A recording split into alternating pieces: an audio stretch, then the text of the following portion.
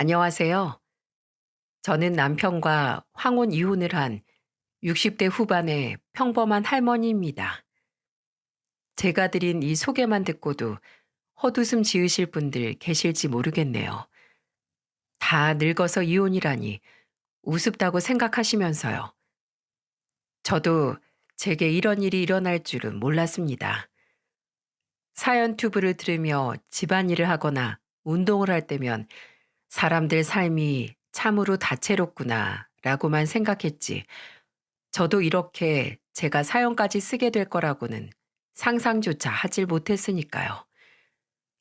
모모를 좋은 나이에 집안 어른의 소개로 만나 남편과 딸 둘을 낳아 기르며 저도 나름 잘 살아왔다고 생각했어요.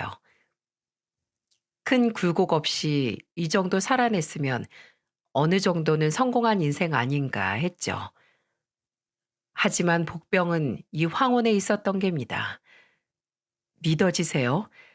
다 늙어 빠진 남편이 이 나이에 마누라 속을 이렇게 바글바글 썩일 거라고 누가 상상이나 했겠습니까? 어처구니 없는 제 얘기 좀 들어보세요. 남편은 평생 한 직장에 다니다가 은퇴 후 호젓하게 취미 생활을 즐기고 있었습니다. 평생 가족을 위해 고생했으니 이젠 원하는 거 실컷 하고 살라고 저도 남편을 응원해줬죠. 그러자 한 맺혔던 사람처럼 등산, 낚시, 볼링 할 것 없이 이것저것 정말 많이도 하더군요. 그런가 보다 했습니다. 그런데 이런 사달이 날 줄 누가 알았겠습니까? 정말 믿는 도끼에 발등이 찍혀도 유분수지. 지금 생각해도 피가 거꾸로 솟네요. 바로 어제 겪은 일처럼 말이죠. 그날도 전 저녁거리를 사러 시장으로 막 나서려던 참이었어요. 그때 마침 한 남자가 찾아와 대뜸 이렇게 묻는 게 아니겠어요? 여기가 박영수란 논팽이가 사는 곳이요? 박영수라면 제 남편인데 뉘신데 그러세요? 상대의 목소리가 좋지 않아 제 목소리도 덩달아 퉁명스러워져 있었어요. 혹시 그놈 안 사람 되십니까? 맞습니다만 왜 그러시는데요? 대개 남편 놈이 글쎄 내 마누라랑 바람이 났지 뭡니까? 지금 그놈 어디 있습니까? 네? 어디냐고요? 순간 짚히는 게 있었던 저는 바로 집 안으로 뛰어들어가 낮잠 자고 있는 남편을 사정없이 깨웠어요. 일어나 봐. 지금 낮잠이나 쳐 자고 있을 때가 아니라고. 당신 대체 어디서 뭘 하고 돌아다닌 거야? 어? 바람이란 말을 듣는 순간 갑자기 멋을 내고 특별한 이유도 없이 늦게 귀가하던 남편의 모습이 떠올랐거든요. 그 사이 제 뒤로 따라온 남자가 잠이 덜 깨 얼떨떨해하는 남편의 멱살을 잡아 올렸습니다. 너냐? 내 마누라랑 바람난 놈이? 아이고, 아이고 대체 뉘시오. 그것보다 이거나 좀 놓고 말하시오. 사교 댄스에서 만났다며? 어? 너보다 7살이나 어린 내 마누라랑. 옆에서 듣자 하니 기가 차더군요. 그 남자에게 멱살이 잡힌 채 흔들리면서도 남편은 제 할 말 다 하더군요. 아니, 오해입니다, 오해. 춤추는 게 어쩐지 귀티가 난다면서 날 먼저 꼬신 게 그쪽 마누라란 말이오. 그년이 먼저 날 꼬셨다고요. 아유, 나이답지 않게 옷태가 좋다고 그러질 않나. 코가 오똑하니 옛날 홍콩 배우같이 생겼다고 하면서. 그 남자는 분을 이기지 못하고 남편의 얼굴에 주먹을 날렸습니다. 아, 쉰소린 됐고 이 년놈들 내가 죽이고야 말지, 내가. 남자는 씩씩거리며 그렇게 남편을 계속해서 때렸어요. 얻어맞는 남편 놈을 보니 입술이 다 터지고 내일이면 멍으로 변할 생채기가 여기저기 생긴 것이 꼴이 말이 아니더군요. 저는 일단 그대로 잠자코 보고만 있었습니다. 제대로 혼줄이 나야 한다고 생각했거든요. 더는 내 마누라랑 만나면 그땐 다 불사질러 버릴 줄 알아. 알았어, 이 노인네야. 근데 기대와 달리 이쯤하고 물러설 모양이었어요. 조금 전까지 죽일 기세로 달려들더니 몇 대 때리고 고작 이렇게 말로 경고나 하러 왔나 싶어 한심했죠. 혀를 차고 있는데 글쎄 이 사람이 몸을 돌려 저를 보더니 한마디 하는 게 아니겠어요? 아줌씨도 남편 관리 잘하슈. 이게 뭡니까? 피차 서로 못 볼 걸 보겠시리.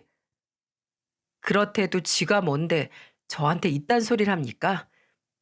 제가 썩난 목소리로 그 남자를 향해 말했죠. 피차 일반이잖소. 초면에 선 넘지 맙시다.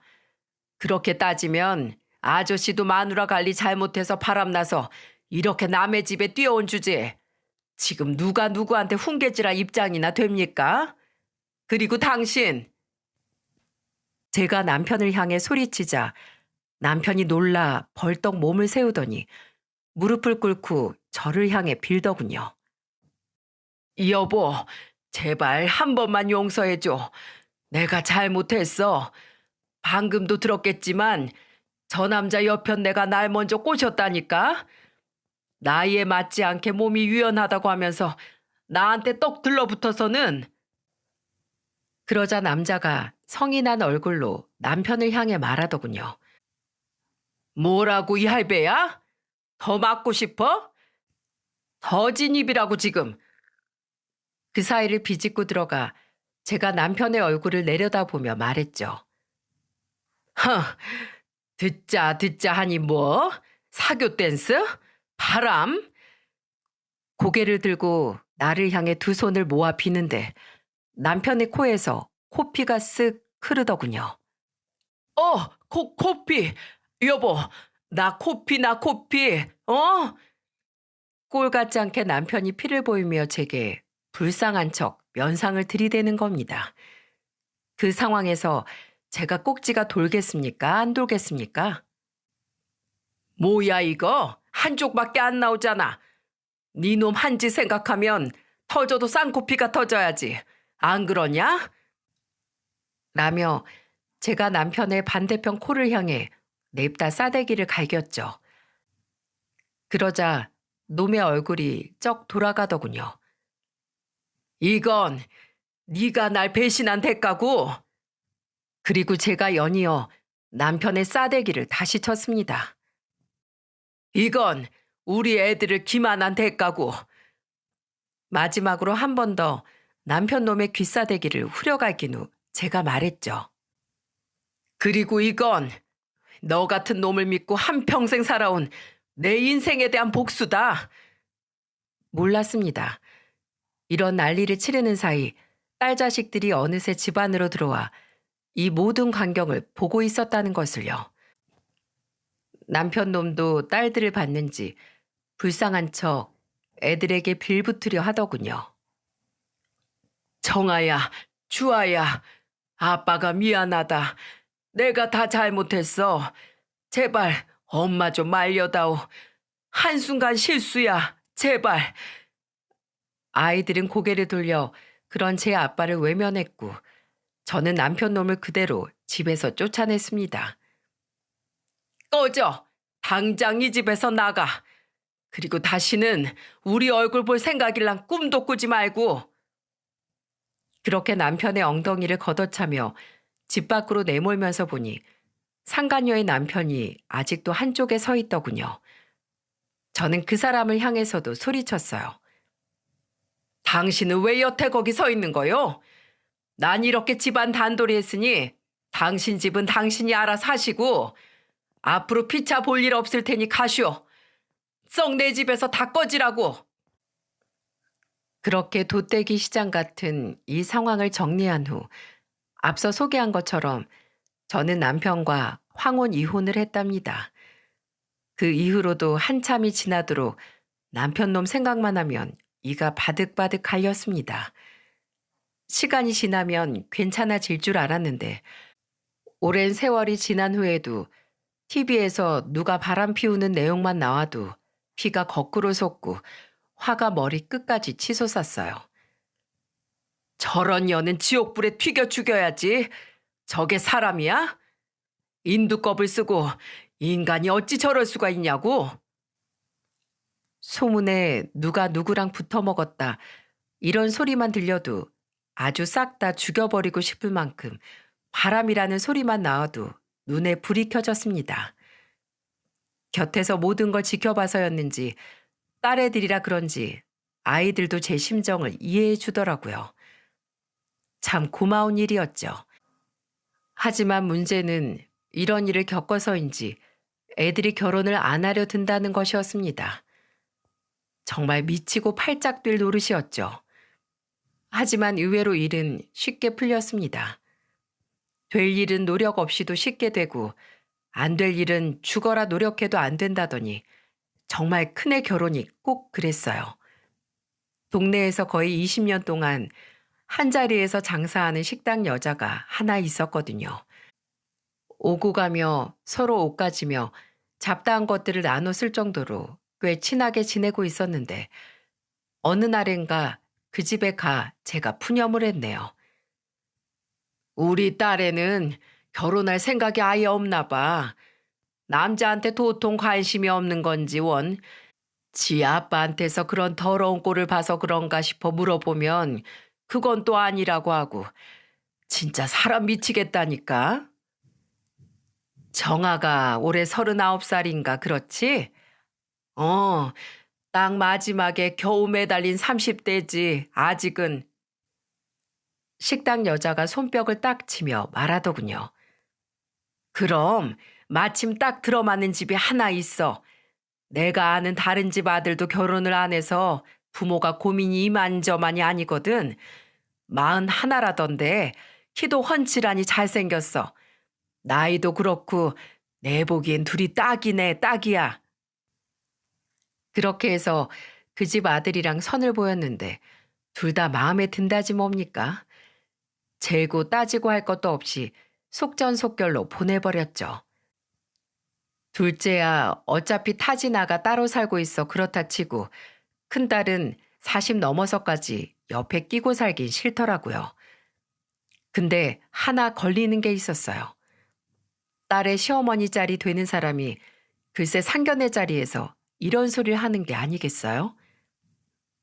사돈도 아시다시피 요즘 애들 나이 먹어도 모르는 거 투성이잖아요. 공부만 하고 직장만 다녀 그러니 그게 흉도 아니고. 그래서 말인데 얘들 애 생기기 전까지만 제가 데리고 살면서 살림도 좀 가르치고 적적하지 않게 말동부도 하고 그렇게 지내면 어떨까요? 그래봐야 1, 2년이죠 뭐.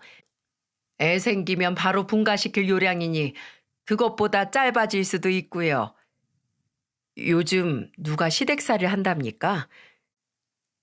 제가 적절한 말로 거절하려는데 딸애가 나서더군요.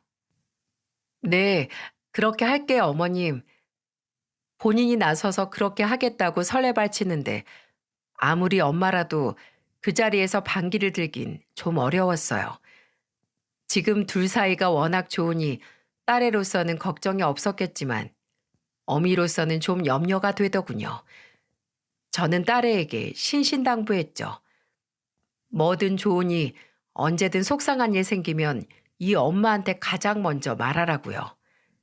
그렇게 철석같이 약속하고 저는 큰애를 후딱 치웠답니다. 결혼하고 나서 한동안은 딸애의 콧노래가 멈추질 않더군요. 이렇게 좋은 결혼 왜 진작 안 했는지 후회된다면서요. 다행이다 싶었습니다.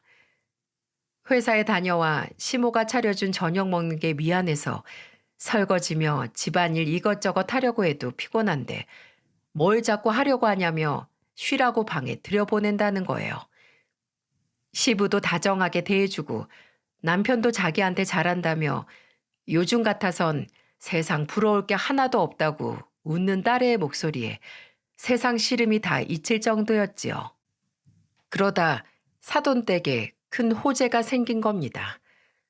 사위의 조부가 물려줬다는 시골의 허허벌판 땅에 개발 계획이 생기며 쓸모없던 땅이 큰 값으로 올랐다는 거예요. 딸애도 너무 좋아하더군요. 이것을 계기로 앞으로 일이 어떻게 틀어지게 될 줄은 꿈에도 상상하지 못하고서 말이에요. 세상에 이때부터 딸의 시모가 돈을 믿고 기고만장해지기 시작한 겁니다. 돈이 생기자마자 그 여자가 한 일은 국산 고급 세단을 한 대 뽑은 거였대요. 그러더니 나이 먹어 이제 곧 손주 볼 여자가 체형 교정을 하러 다니질 않나, 젊은 애들처럼 화장을 진하게 하고 다니질 않나, 참으로 한심했습니다. 무엇보다 가장 큰 문제는 딸애가 매일 분통이 터지는 목소리로 제게 전화를 한다는 거였죠. 왜 또? 아니 무슨 일이 있었길래 그래?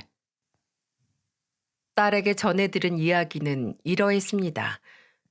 딸의 시모가 자기도 이제는 수준에 맞는 사람들을 만나야겠다나 뭐라나 하면서 돈 있는 여자들 모임에 들어갔다네요. 새로 산 차를 타고 다니며 그런 여자들과 허구한 날 어울리다가 어느 날엔 집으로 몇몇이 놀러 왔더랍니다. 과일 바구니를 들고서 말이죠.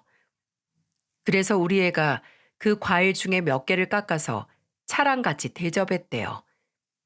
그걸 보더니 손님인 여자 중 하나가 그러더랍니다. 어머, 과일 비싼 거 잔뜩 들어있는 것 중에 싸고 맛없는 것만 깎아온 것 좀 봐. 너네 며느리 되게 실속 있다. 비싼 거 남겨서 자기 남편 주려고 그러나 보네. 아주 금실 좋다, 금실 좋아. 이 소리를 들은 딸애는 얼굴이 다 화끈거렸다고 했어요.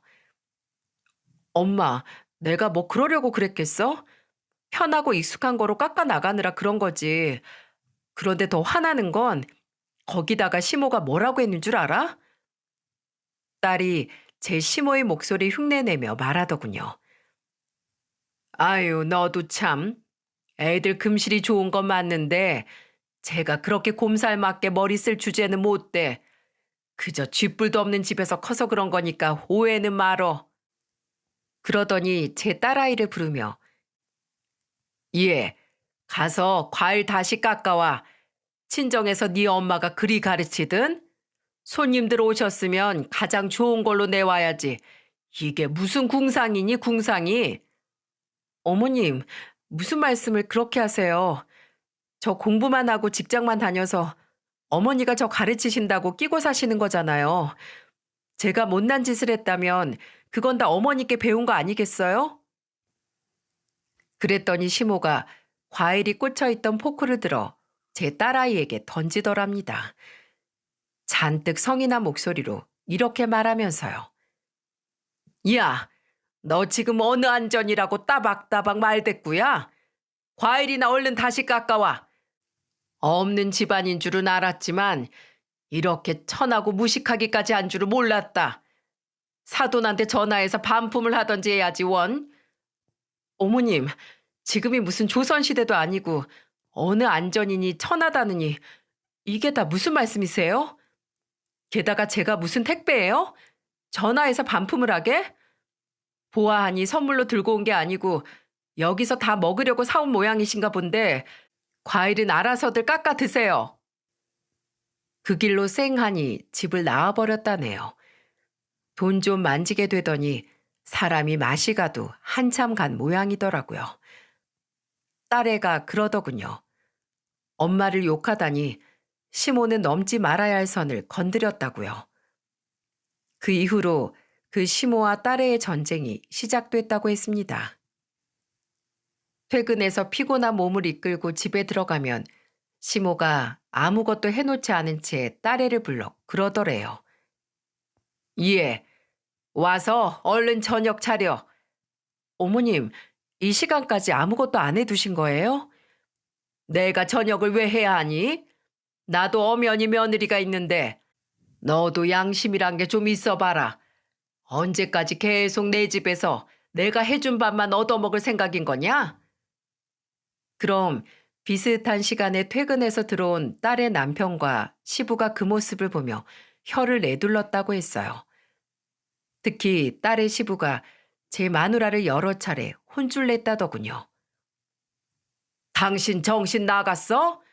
새아가도 그렇고 다들 종일 일하고 온 거 안 보여? 집에서 대체 뭘 하기에 이 시간까지 밥도 안 해놓고 있는 건데. 당신 요즘 나사 하나 풀린 사람처럼 돈만 쓰고 돌아다니는데 내가 벼르고 있어? 어디 한번 나한테 제대로 걸리기만 해봐 아주. 그렇게 시모가 딸애를 괴롭히다가 바깥 사둔 사위와 싸우는 일도 잦다고 했어요. 속이 아주 시끄러웠습니다.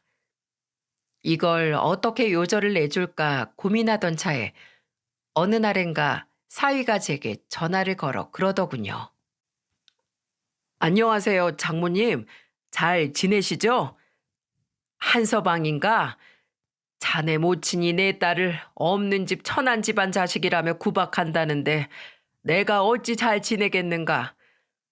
그 부분은 정말이지 면목이 없습니다.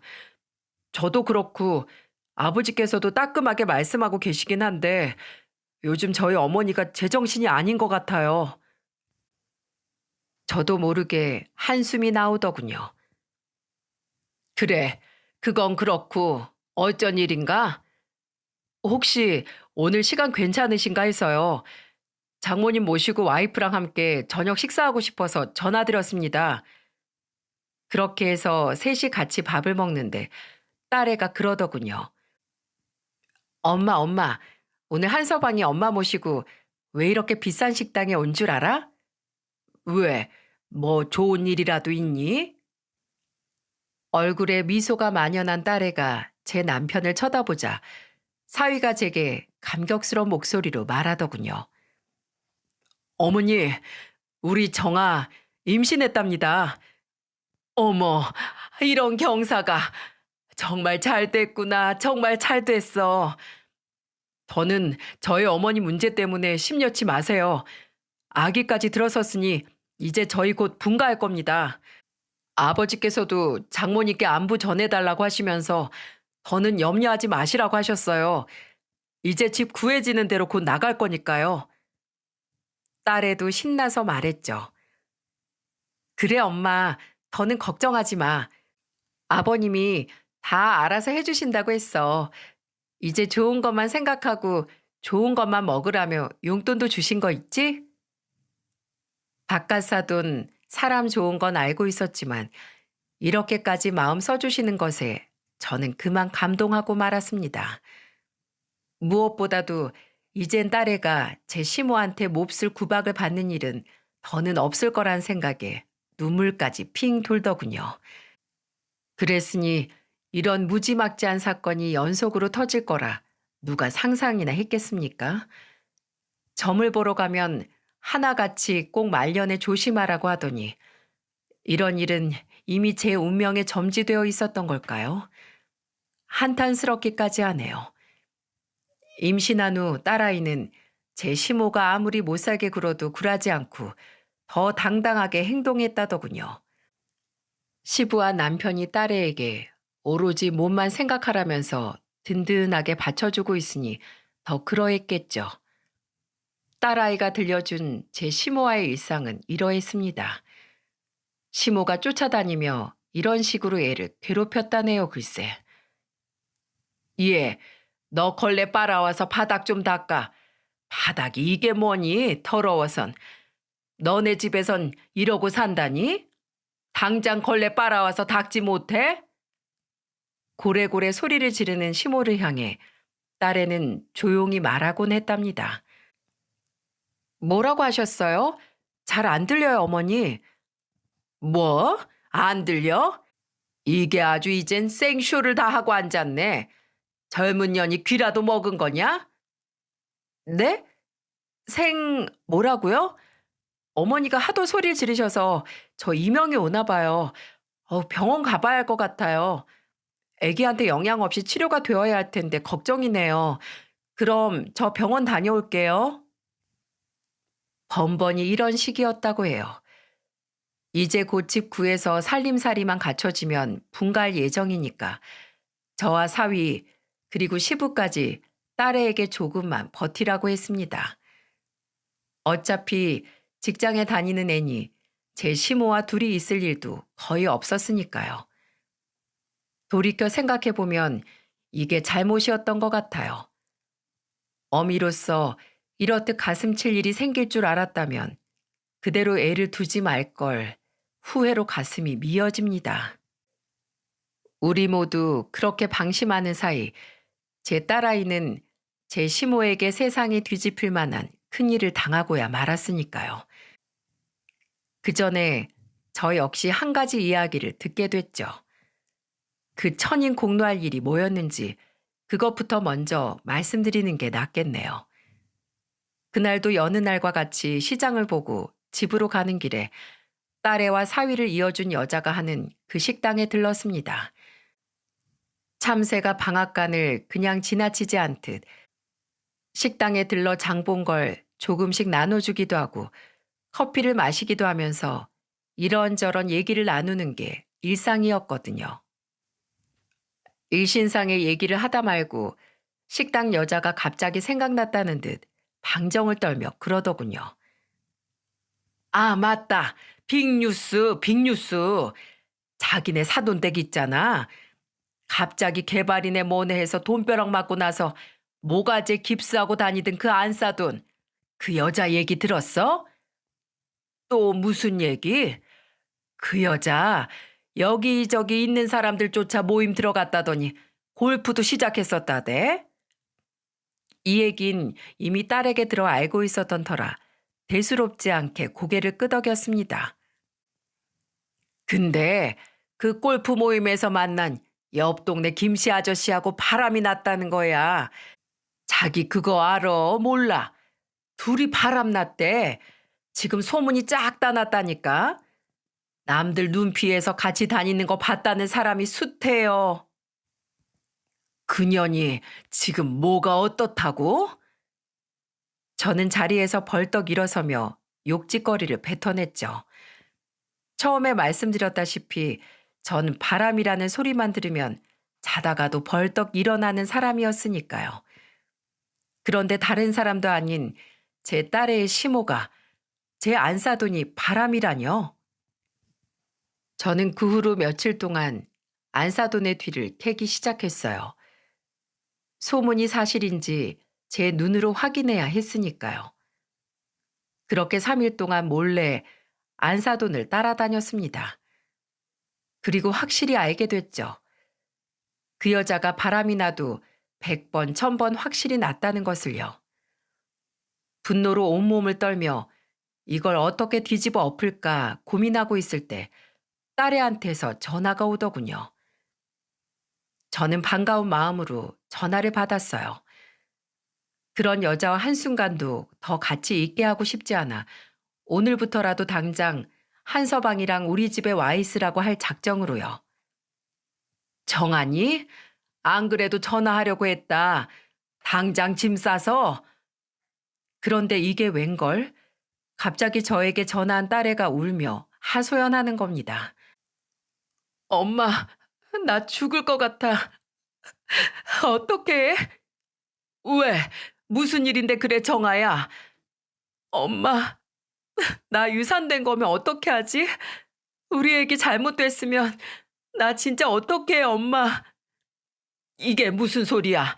너 지금 어딘데? 말해봐. 지금 당장 엄마가 그쪽으로 갈게. 그랬더니 사위가 제 전화를 받더니 지금 병원에 가고 있다는 겁니다. 너무 놀란 저는 바로 택시를 타고 병원까지 한달음에 달려갔습니다. 도착해 보니 딸애가 침대에 누워 링게를 맞고 있더군요. 대체 이게 무슨 일이야? 오셨어요, 장모님? 제게 인사한 사위가 딸애에게 말했어요. 여보, 잠깐 혼자 있을 수 있겠어? 장모님이랑 얘기 좀 하고 올게. 딸애가 힘이 다 빠진 목소리로 그러더군요. 그냥 여기서 해. 안 돼. 당신 겨우 안정됐는데 멀리 안 가. 바로 문 앞 의자에 앉아서 장모님이랑 잠깐만 얘기하고 올게. 알았지? 사위가 딸의 이마에 입을 맞추자 딸애가 알았다며 고개를 끄덕이더군요. 밖에 오래 있지 말고 얼른 들어와. 알았어. 편히 한숨 자고 있어. 앞으로 당신 내가 지킬 거니까 불안해하지 말고.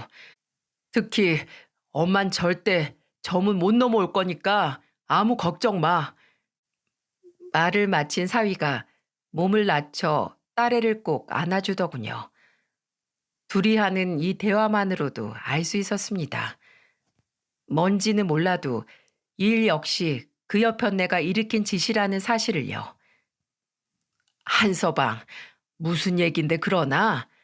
그냥 지금 여기서 말하게 정아 혼자 있기 싫은가 본데. 장모님, 바로 문 앞에서 말씀드리겠습니다. 겨우 진정시킨 건데 정아가 제 얘기 듣고 다시 흥분하거나 울면 안 돼서요. 제가 정아에게 가 말했어요. 딸, 엄마 이 앞에 바로 있을 거야. 한서방 하는 얘기 바로 문 앞에 서서 문 지키면서 들을 거니까 편히 한숨 자고 있어. 여기 이렇게 든든한 네 남편도 있고 널 위해서라면 대신 죽어줄 수 있는 네 엄마도 있으니까. 알았지? 제 말에 딸애가 눈물을 흘리며 알았다고 하더군요. 그러자 사위가 딸의 눈물을 닦아주며 달랬어요. 뚝, 우리 여보 그만 울어요. 어? 이러다가 눈 짓무르겠다. 자꾸 이러면 울보하게 태어난다? 그제야 저는 한시름 놓을 수 있었어요. 아기가 잘못된 줄로만 알았거든요. 순간 다리에 힘이 풀려 침대 난간을 잡지 않았다면 그대로 주저앉을 뻔했지 뭡니까? 사위의 밉지 않은 타박에 딸애가 피식 웃으며 알았다더군요. 우린 그렇게 한참이나 정아를 안심시킨 후 밖으로 나왔어요. 저는 딸애한테 말한 것처럼 정말 문 앞에 딱 지키고 서서 말했습니다. 그래, 무슨 일인지 어서 얘기해 보게. 그러자 사위가 그 자리에서 무릎을 꿇더니 제게 비는 게 아니겠어요? 죄송합니다, 장모님. 다 제가 못난 탓이에요. 정아 임신한 거 알았을 때 임시로 원룸이라도 구해서 둘이 나갔어야 했는데 이미 벌어진 일이니 그런 얘긴 그만두고 어여 전후 사정이나 말해보게. 사위를 통해 들은 얘기를 여기에 옮겨볼게요. 당시의 상황을 생각하면 지금도 손이 떨리고 머리가 쭈뼛쭈뼛 솟습니다만 그나마 다행이었죠. 이때 일이 잘못됐더라면 저는 앞서처럼 저를 할머니라고 소개할 수도 없었을 테니까요. 안 그래도 오늘은 사위와 딸이 이 병원 산부인과로 함께 정기 검진 받으러 오려고 했던 날이었다더군요. 노산이니만큼 고위험 산모라 대학병원에서 진료를 받고 있었다는 건 저도 이미 알고 있었고요. 담당 교수님 스케줄 때문에 병원 예약 시간이 조금 애매해서 딸아이는 오전 반차를 냈고 사위는 일단 출근했다가 얼른 미팅 끝내놓고 집에 들러 딸애를 태운 후 함께 병원에 오려고 했었대요. 장모님, 가족들은 모르고 있었는데 저희 엄마가 1,000만 원을 현금으로 뽑아서 가지고 계셨더라고요. 그 큰 돈을 왜? 설마 바람난 남자한테 주려고 한 건가 싶은 생각이 들었지만 그 말은 입 밖으로 꺼내지 않았어요. 금을 사려고 하셨대요. 금? 갑자기 웬 금? 그래서 그 돈이랑 우리 애가 저렇게 누워있는 거랑 대체 무슨 상관이라는 건가? 그 이후의 이야기는 사위가 한 얘기와 딸에게서 전해들은 이야기를 섞어서 적은 것이니 감안해서 들어주시길 바랍니다. 사위와 이야기를 나눌수록 알겠더군요. 왜 한서방이 악착같이 저와 둘이 따로 나와서 얘기하려고 했었는지 말입니다. 아침나절 잠깐 밖에 나갔다 온 그 여자가 화장대 문갑에 넣어둔 1,000만 원이 안 보이자 병원 검진 시간에 맞춰 준비하고 있던 딸애에게 득달같이 달려들어 그랬답니다. 없는 집안년인 줄은 알았지만 손버릇까지 더러운 년인 줄은 몰랐구나. 그래 너 인연 내 돈 어쨌어? 어? 내 1,000만 원 어쨌냐고? 무슨 말씀이세요 어머님? 또 안 들리는 척 할 참이냐? 오냐, 내가 오늘 아주 날 잡아 인형 귀를 뻥 뚫어주마. 다시는 무슨 소리냐 말 못하게끔 말이야. 정말 무슨 말씀이신지 몰라서 그래요. 돈이라뇨. 지금이라도 내놓으면 용서해 주려고 했는데 너 정말 안 되겠구나. 왜 생사람을 잡으세요? 정말로 제가 돈을 훔쳤다고 생각하시는 거예요? 어떻게 어머님은 생각하는 수준이 그것밖에 안 되세요? 수준? 오라, 그래. 너 오늘 네 시애미 수준 한번 제대로 맛봐봐라. 그리고 임신한 제 딸의 머리채를 잡아 끌고 돈이 있던 안방의 화장대 문까지 갔답니다. 갑작스런 폭력의 딸에는 아기를 지키려고 배를 꼭 끌어안았다더군요. 눈깔 뜨고 제대로 보란 말이지. 내 돈이 분명 여기 있었다고, 여기. 그런데 돈에 발이 달려 없어지냐? 아침까지 있던 게 왜 없어져? 이 집에 지금 네 년이랑 나밖에 더 있어? 제가 안 가져갔다는데 대체 왜 이러시는 건데요? 손주 태어나기도 전에 일 치르려고 이러세요? 어머님, 정말 미친 거예요? 그래, 이년아, 나 미쳤다. 임신 좀 했다고 아주 기세등등해서는 지 시엠이랑 남편 앞세워서 꼴 같지 않게 나대는 거 보면서 내가 안 미치게 생겼냐? 여자가 임신하는 게 뭐 그리 대수라고. 애 핑계로 빠져나갈 생각하지 말고 돈 어딨냐고, 돈. 이 버러지 같은 년, 네 가난한 친정에 빼돌리려고 나 몰래 숨겨뒀지? 머리채를 잡힌 채 이리저리 휘둘리면서도 제 딸아이는 배를 감싼 제 손을 절대 풀지 않았다고 해요. 늦은 나이에 어렵게 생긴 아이인데 무슨 짓을 해서든 애는 꼭 지켜야 한다는 그 생각뿐이었대요. 얘길 듣는 내내 정말 그 여편네를 죽이고 싶었습니다. 여러분이라면 안 그렇겠어요? 손찌검 한 번 안 하고 귀하디 귀하게 키운 내 새끼를 도둑년 취급하는 것도 모자라 홀몸도 아닌 애를 어찌 그리 험하게. 돈 어딨냐고, 내 돈. 이년아, 입이 붙었으면 말을 해보라고. 울긴 왜 쳐울어? 네 년이 한 짓이 있으니 쳐우는 거지? 어? 맞잖아, 이 벼락 맞아 죽을년. 그 여자가 며느리 머리채를 잡고 그렇게 한참을 실랑이 하다 전화에도 받지 않고 시간이 됐는데도 내려오지 않는 딸아이를 찾아 집으로 올라온 제 아들과 딱 마주쳤다고 하더군요. 엄마, 지금 대체 뭐 하는 짓이야? 집으로 들어오던 아들이 상황을 보고 고함을 치며 달려오자 몸을 최대한 웅크린 채 배만 보호하던 정아가 그 소리를 듣고 몸을 일으켜 제 남편에게 가려고 했다네요. 그때 그 여자가 돌아서는 정아의 머리채를 다시 한번 낚아채 끌어당기는 바람에 정아가 문간 모서리에 부딪히며 넘어졌다고 했습니다.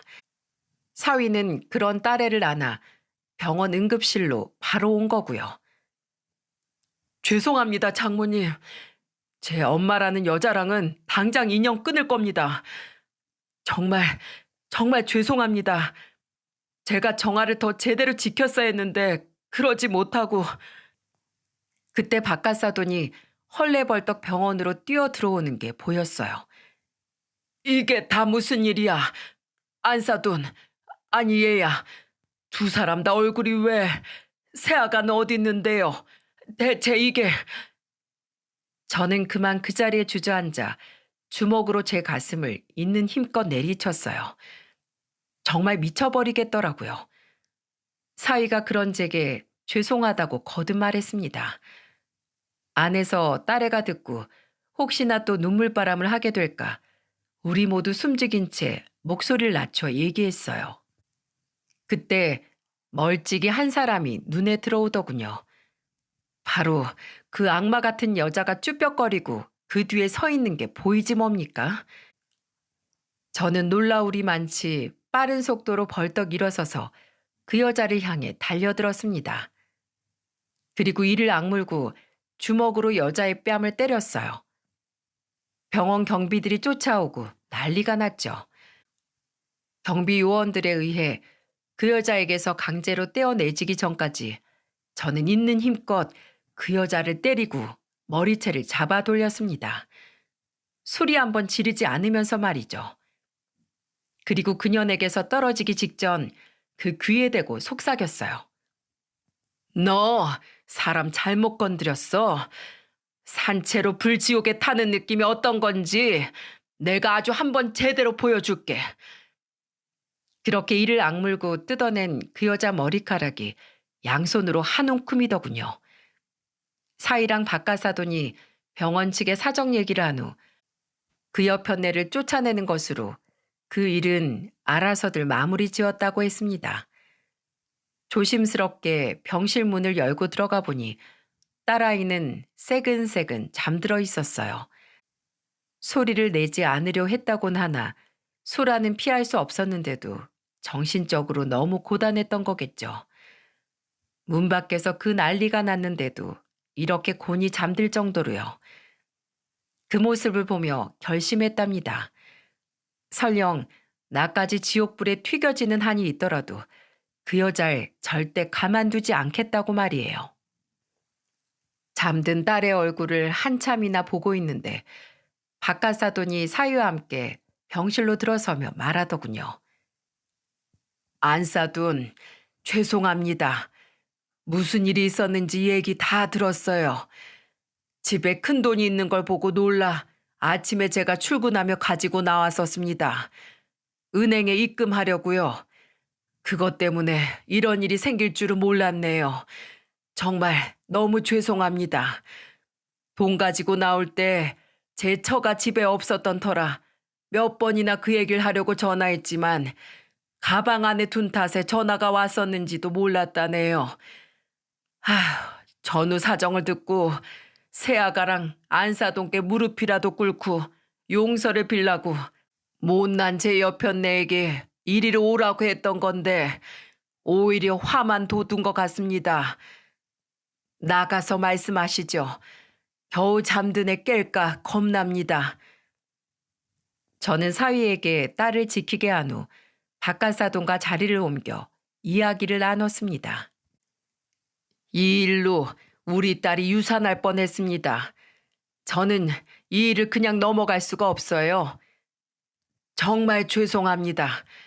새아가와 안사도 마음이 풀릴 때까지 제가 그 여자가 손이 발이 되도록 빌게 만들겠습니다. 저는 차가운 목소리로 말했어요.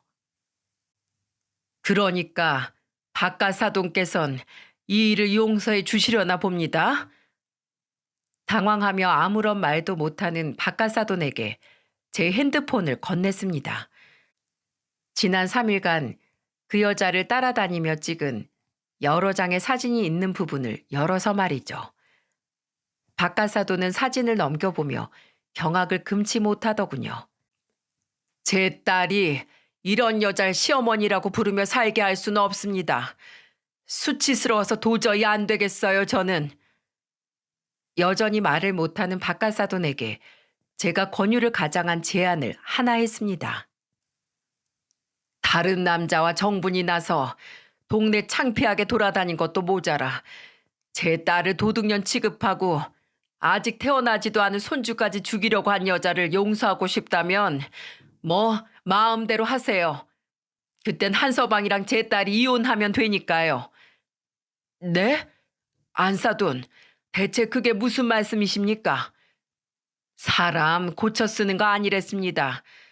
그런데도 그 금수만도 못한 여자를 계속 데리고 살 요량이시면 그렇게 하세요.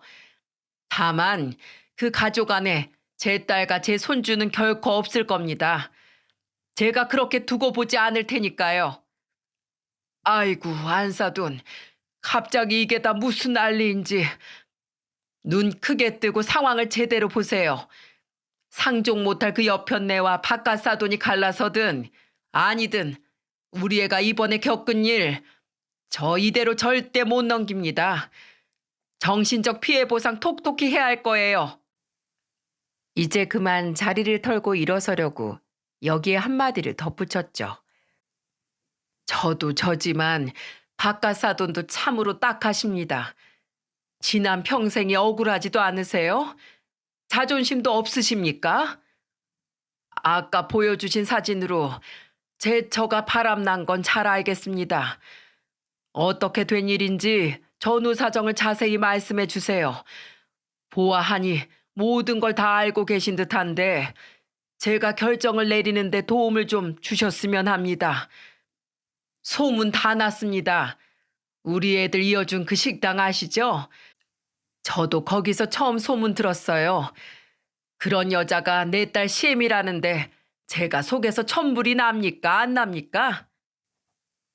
이렇게 제가 식당에서 들은 얘기부터 조사하며 새롭게 알게 된 사실까지 하나하나 모두 다 읊어줬죠. 박가사도는 이렇게까지 속속들이 다 알지 못했나 보더군요. 제가 말을 할 때마다 놀란 것을 보면요. 들어간 모임 중에는 골프 동호회에도 있었는데 거기서 아랫동네 김씨를 알게 됐고 바람이 나서 여기저기 소문이 일파만파 퍼졌다는 것까지 아주 상세하게 말해 주었답니다. 3일 밤낮으로 뒤를 쫓으며 알게 된 둘만의 아지트 같은 곳도 일러주었고요.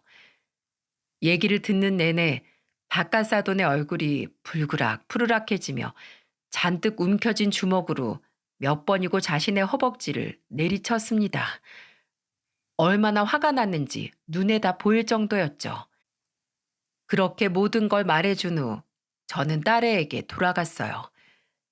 지금으로서 가장 보살핌을 받아야 하는 건 누가 뭐래도 제 딸이었으니까요. 박가사도는 그날 제가 일러준 장소에 매복해 있다가 둔 연놈을 잡았다더군요. 식당 여자에게 듣기론 그 점잖은 양반이 얼마나 화가 났으면 자기 마누라뿐 아니라 아랫마을 김씨까지 아주 개패듯이 패줬다고 했습니다. 물론 김씨네 집도 이 일을 알게 되어 쑥대밭이 되었고요.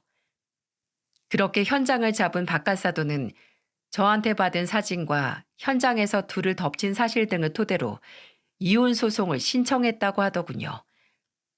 제게 들은 내용이 모두 다 진실이라는 걸 알게 된 박가사도는 법이든 뭐든 일사천리로 일을 끝냈다고 하더군요. 그래서 결국 어떻게 됐는 줄 아시나요? 그 여자 탈탈 털려 집에서 쫓겨났답니다. 그렇게 뽐내던 차며 금부치할 거 없이 몽땅 털려서요.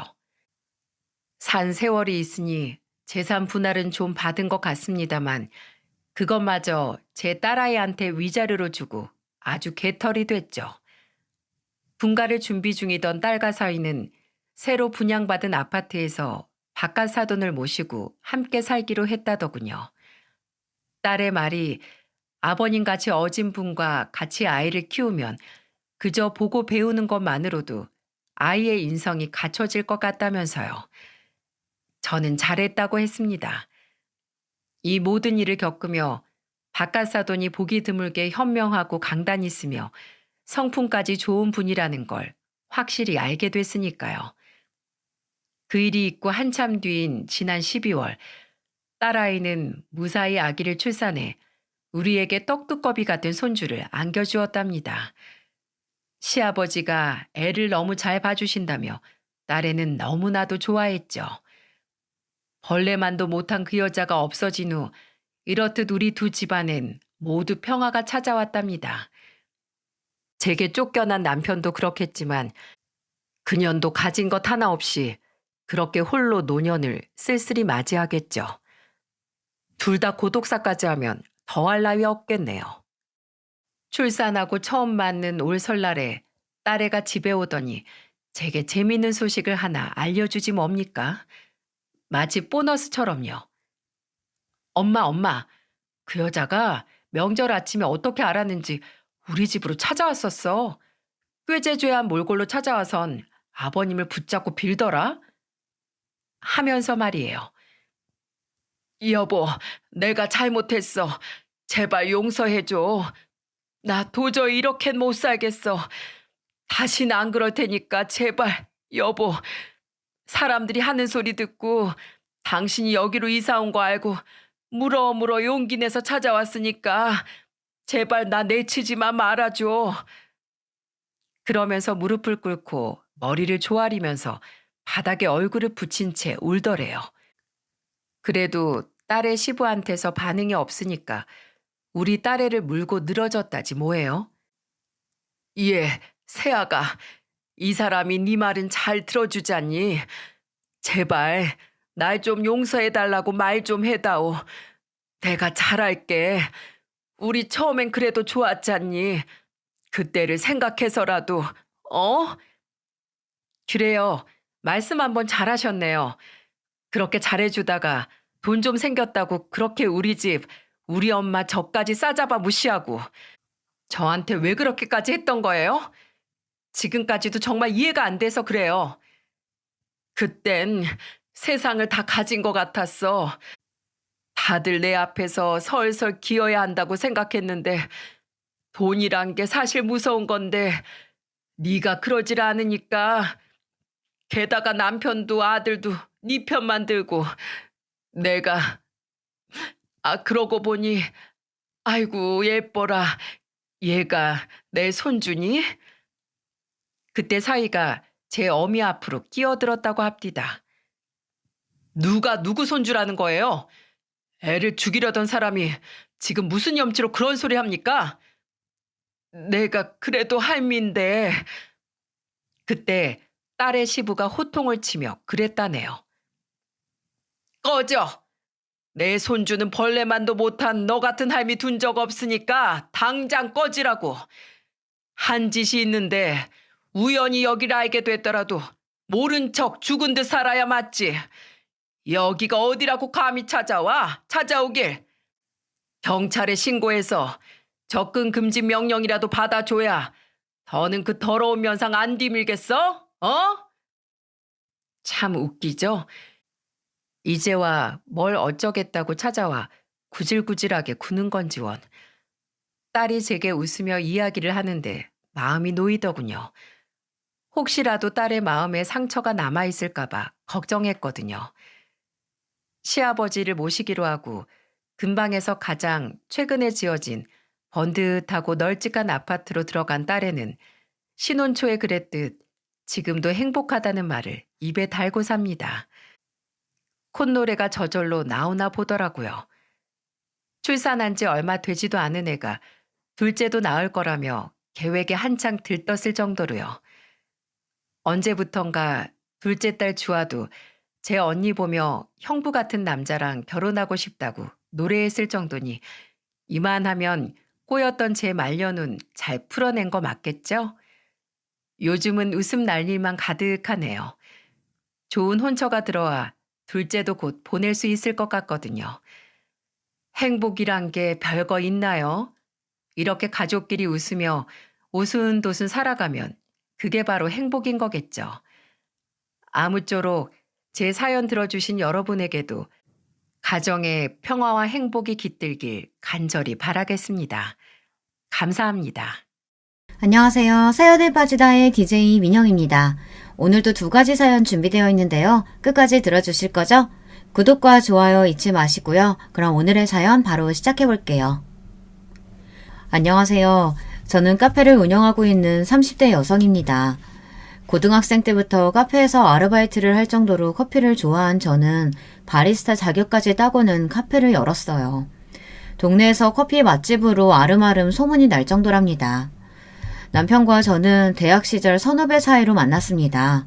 저는 파릇파릇한 새내기였고 남편은 막 군대를 제대하고 민간인이 된 예비역이었어요. 동기들 사이에서 유명한 CC였죠. 남편은 대학을 졸업하고 나서도 취직을 하지 못해 억지 대학원생이 되었지만 저는 졸업하기 전에 이미 도서관에 취직을 했었어요. 주변에서는 남편 같은 똥차를 왜 만나느냐고 헤어지라는 말을 참 많이 하더군요. 조건 좋은 남자들이 얼마나 많은데 남편을 만나고 있느냐고 한숨까지 쉬며 저를 불쌍하게 보는 사람들도 있었죠. 제 자랑을 좀 하자면 저희 학교에서는 저를 모르면 간첩이라는 말이 돌 정도였어요. 제가 과에서 톱을 할 정도로 학업에도 진심이었지만 그 이상으로 외모가 유명했거든요. 고등학교 입학 전까지 발레를 한 덕분이죠. 그러니 주변에서는 저를 말리는 것이 당연하다면 당연했어요. 하지만 여러분도 아시다시피 눈에 콩깍지가 씌어 있는데 그런 소리가 귀에 들어올 리가 있었겠습니까? 사랑에 한창 몸매고 있을 나이였으니 다른 사람들의 충고 따위 귀에 들어오지도 않았죠. 연애를 하는 내내 남편과 좋기만 했던 것은 물론 아니었습니다. 헤어지자는 말이 나올 정도로 무섭게 싸운 적도 있었고 서로의 사고방식을 이해하지 못해서 크게 부딪힌 일도 몇 번 있었습니다. 그중 하나가 바로 옷 입는 스타일 때문이었어요. 남편은 패션에 관심이 많은 것인지 아니면 외모를 밝히는 것인지 만날 때마다 제가 입고 가는 옷에 대해 잔소리가 많았어요. 특히 시험 기간이 심했죠. 시험 기간에는 공부할 것도 많고 도서관에서 밤샘을 하는 날도 있었거든요. 그러다 보니 화장할 시간이 있을 리 없었죠. 저는 모자만 눌러쓰고 거의 맨 얼굴에 가깝게 다녔는데요. 그럴 때면 남편은 못 볼 걸 본 사람처럼 기겁을 하며 화를 냈습니다. 아무리 밤샘을 해도 그렇지 어떻게 그렇게 돌아다닐 생각을 해? 당장 집에 가서 제대로 챙겨 입고 와. 남들이 보면 뭐라고 하겠어. 내 모습이 어때서요? 화장은 했어? 그냥 기초만 하고 나왔지? 눈에 아무것도 안 했는데? 혹시 립만 대충 발랐어? 그리고 옷은 이게 뭐야? 설마 입고 있는 옷이 트레이닝복이야? 오늘 시험이 3개나 돼서 도서관에서 바로 온다고. 그걸로 도서관에 있었단 말이야? 당장 집에 가서 갈아입고 와. 당장. 시험 시작이 코앞인데 집에 가기를 어떻게 가요? 그럼 가서 옷을 사입던가. 그런 거지꼴로 강의실에 어떻게 들어갈 생각인 거야? 창피하지도 않아? 다른 사람들이 뭐라고 생각하겠어? 남편은 거의 졸도할 것처럼 하얗게 질린 얼굴로 말했어요. 그 얼굴에는 기분 탓인지는 모르겠지만 약간의 경멸이 섞인 것 같았죠.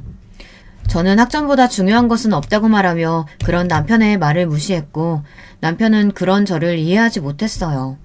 그래서 한동안은 냉정 상태가 이어졌죠.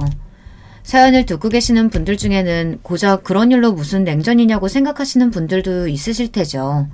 저 역시도 이런 일에 열을 내는 남편을 당시에는 조금도 이해하지 못했거든요. 결국 먼저 미안하다고 말하는 쪽은 남편이었어요. 말이 심했다고 하더군요. 하지만 그 뒤로도 남편과 저는 비슷한 문제로 몇 번이나 다툼이 있었답니다. 그것만 빼면 남편과 부딪힐 일은 거의 없었고요. 결혼을 결심한 것은 남편이 겨우 취직에 성공하고 난 이후였어요. 대학원에 들어가서 취직은 한참이겠구나 생각했는데 운이 좋았는지 입학하고 얼마 안 있어 취직에 성공했죠. 남편과 저는 양가 어른들께 정식으로 허락을 받기로 했어요.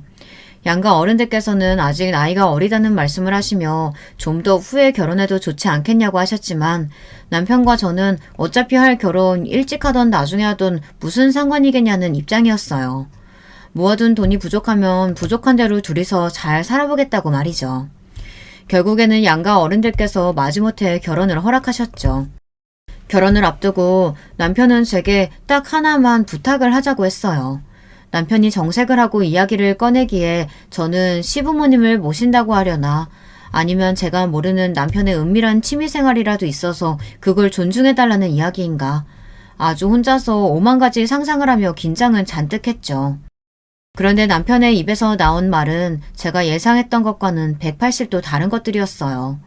전혀 상상하지도 못했던 이야기라 처음에 듣고는 방금 뭐라고 했느냐고 다시 물어보기까지 했답니다. 나는 결혼했다고 여자들이 퍼지는 거 딱 질색이야. 화장도 귀찮다고 맨 얼굴에 다닌다거나 불편하다고 트레이닝복만 챙겨 입는 그런 여자는 되지 말아줘. 지금처럼 예쁜 모습으로 있어달라는 말이야. 그게 무슨 소리예요? 집이잖아요. 집이라면 편하게 있어도 괜찮지 않아요? 그런 생각이 나는 싫다는 말이야. 가족이라고 해서 모든 것을 다 오픈할 필요가 있는 건 아니잖아. 막말로 우리는 법적으로 묶인 것이나 다름없는데 적당한 텐션은 필요하지 않겠어? 앞으로 가족이 됐으니까 서로에게 비밀을 만들지 말자고 하는 게 맞는 거 아니에요? 내가 언제 비밀을 만들자고 했어? 나는 당신이 나를 존중하는 의미로 좀 꾸미고 있으란 말이야. 우리 엄마는 한 번도 아버지한테 매너를 보여준 적이 없거든.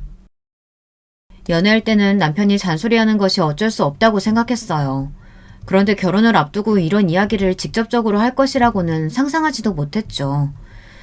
남편은 허리가 고무줄로 된 옷은 절대 입지 말아달라는 말은 물론 몸매 관리를 위해서 운동도 필수라고 하더군요. 건강을 위해서라고 이야기한다면 이해라도 할 텐데 몸매 관리를 위해서라고 하니 좀 어이가 없었어요. 제 얼굴에 그런 표정이 드러난 것인지 남편은 그 이후로도 일장연설을 이어갔어요. 사사건건 시어머니와 비교하며 자신은 그렇게 사는 모습이 너무 보기 좋았다고 말이죠. 저희 시어머니께서는 머리끝부터 발끝까지 빈 곳을 찾을 수 없을 정도로 완벽하신 분이셨어요. 집에 불러서 몇 번 가본 적이 있는데 그때마다 드라마에서나 볼 수 있을 정도로 완벽한 모습을 하고 계셨죠. 처음에는 저를 손님으로 생각하셔서 그런가 보다 했는데 남편의 말을 듣고 보니 그게 아니더라고요. 하지만 저는 좀 생각이 달랐어요. 집이라는 곳은 편하게 마음을 놓을 수 있는 공간이어야 한다고 생각했거든요. 그걸로 신혼 초반부터 참 많이 싸웠던 것 같아요. 남편은 화장하지 않은 제 얼굴을 볼 때마다 화를 냈고 저는 집에서만큼은 쉬게 해줄 수 없느냐고 싸웠죠. 서로 조금의 양보도 없었답니다. 하지만 먼저 백기를 든 것은 저였어요. 시어머니까지 나서서 들들 볶는데 이길 장사가 없더라고요. 그 일을 제외하고 남편과의 사이는 좋았습니다. 남편은 일을 집에 가지고 오는 사람도 아니었고 저와 있는 시간이 중요하다고 말해주는 사람이었어요. 그런데 이상하게도 남편은 아이 이야기가 나오면 말을 돌리면서 피하더라고요. 시댁에서는 하루라도 빨리 아이를 가지라고 하시는데 말이죠. 그때마다 남편은 아이를 좋아하지 않는다고 말하며 이렇게 둘이서 행복하게 사는 것도 좋다고 말했고요. 하루는 제사가 있어서 시댁에 갔다가 아이는 언제 가질 계획이냐고 한바탕 잔소리를 듣고 집으로 돌아오는 길이었어요. 저는 남편에게 넌지시 시부모님들도 손주를 자꾸 원하시는데 아이를 갖는 문제에 대해 진지하게 다시 생각해보는 것이 어떻겠느냐고 물었죠. 남편은 정색을 하면서 어른들이 말씀하시면 그냥 한 귀로 듣고 한 귀로 흘리면 그만이라고 하더군요. 하지만 오늘만 하더라도 어머니께서 얼마나 나를 붙들고 아이 낳아야 한다고, 그것도 아들이어야 한다고 강조하셨는지 몰라요.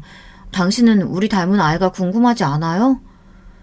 아이 낳는 것이 여자 몸에 얼마나 부담되는데 골반 틀어질 수도 있고, 그럼 지금 같은 몸에 유지하는데 얼마나 돈이 들어가겠어. 당신 지금 무슨 이야기 하는 거예요? 지금까지 아이 천천히 갖자고 한 이유가 내 몸매 때문이라고요? 다 당신 생각해서 하는 말이잖아.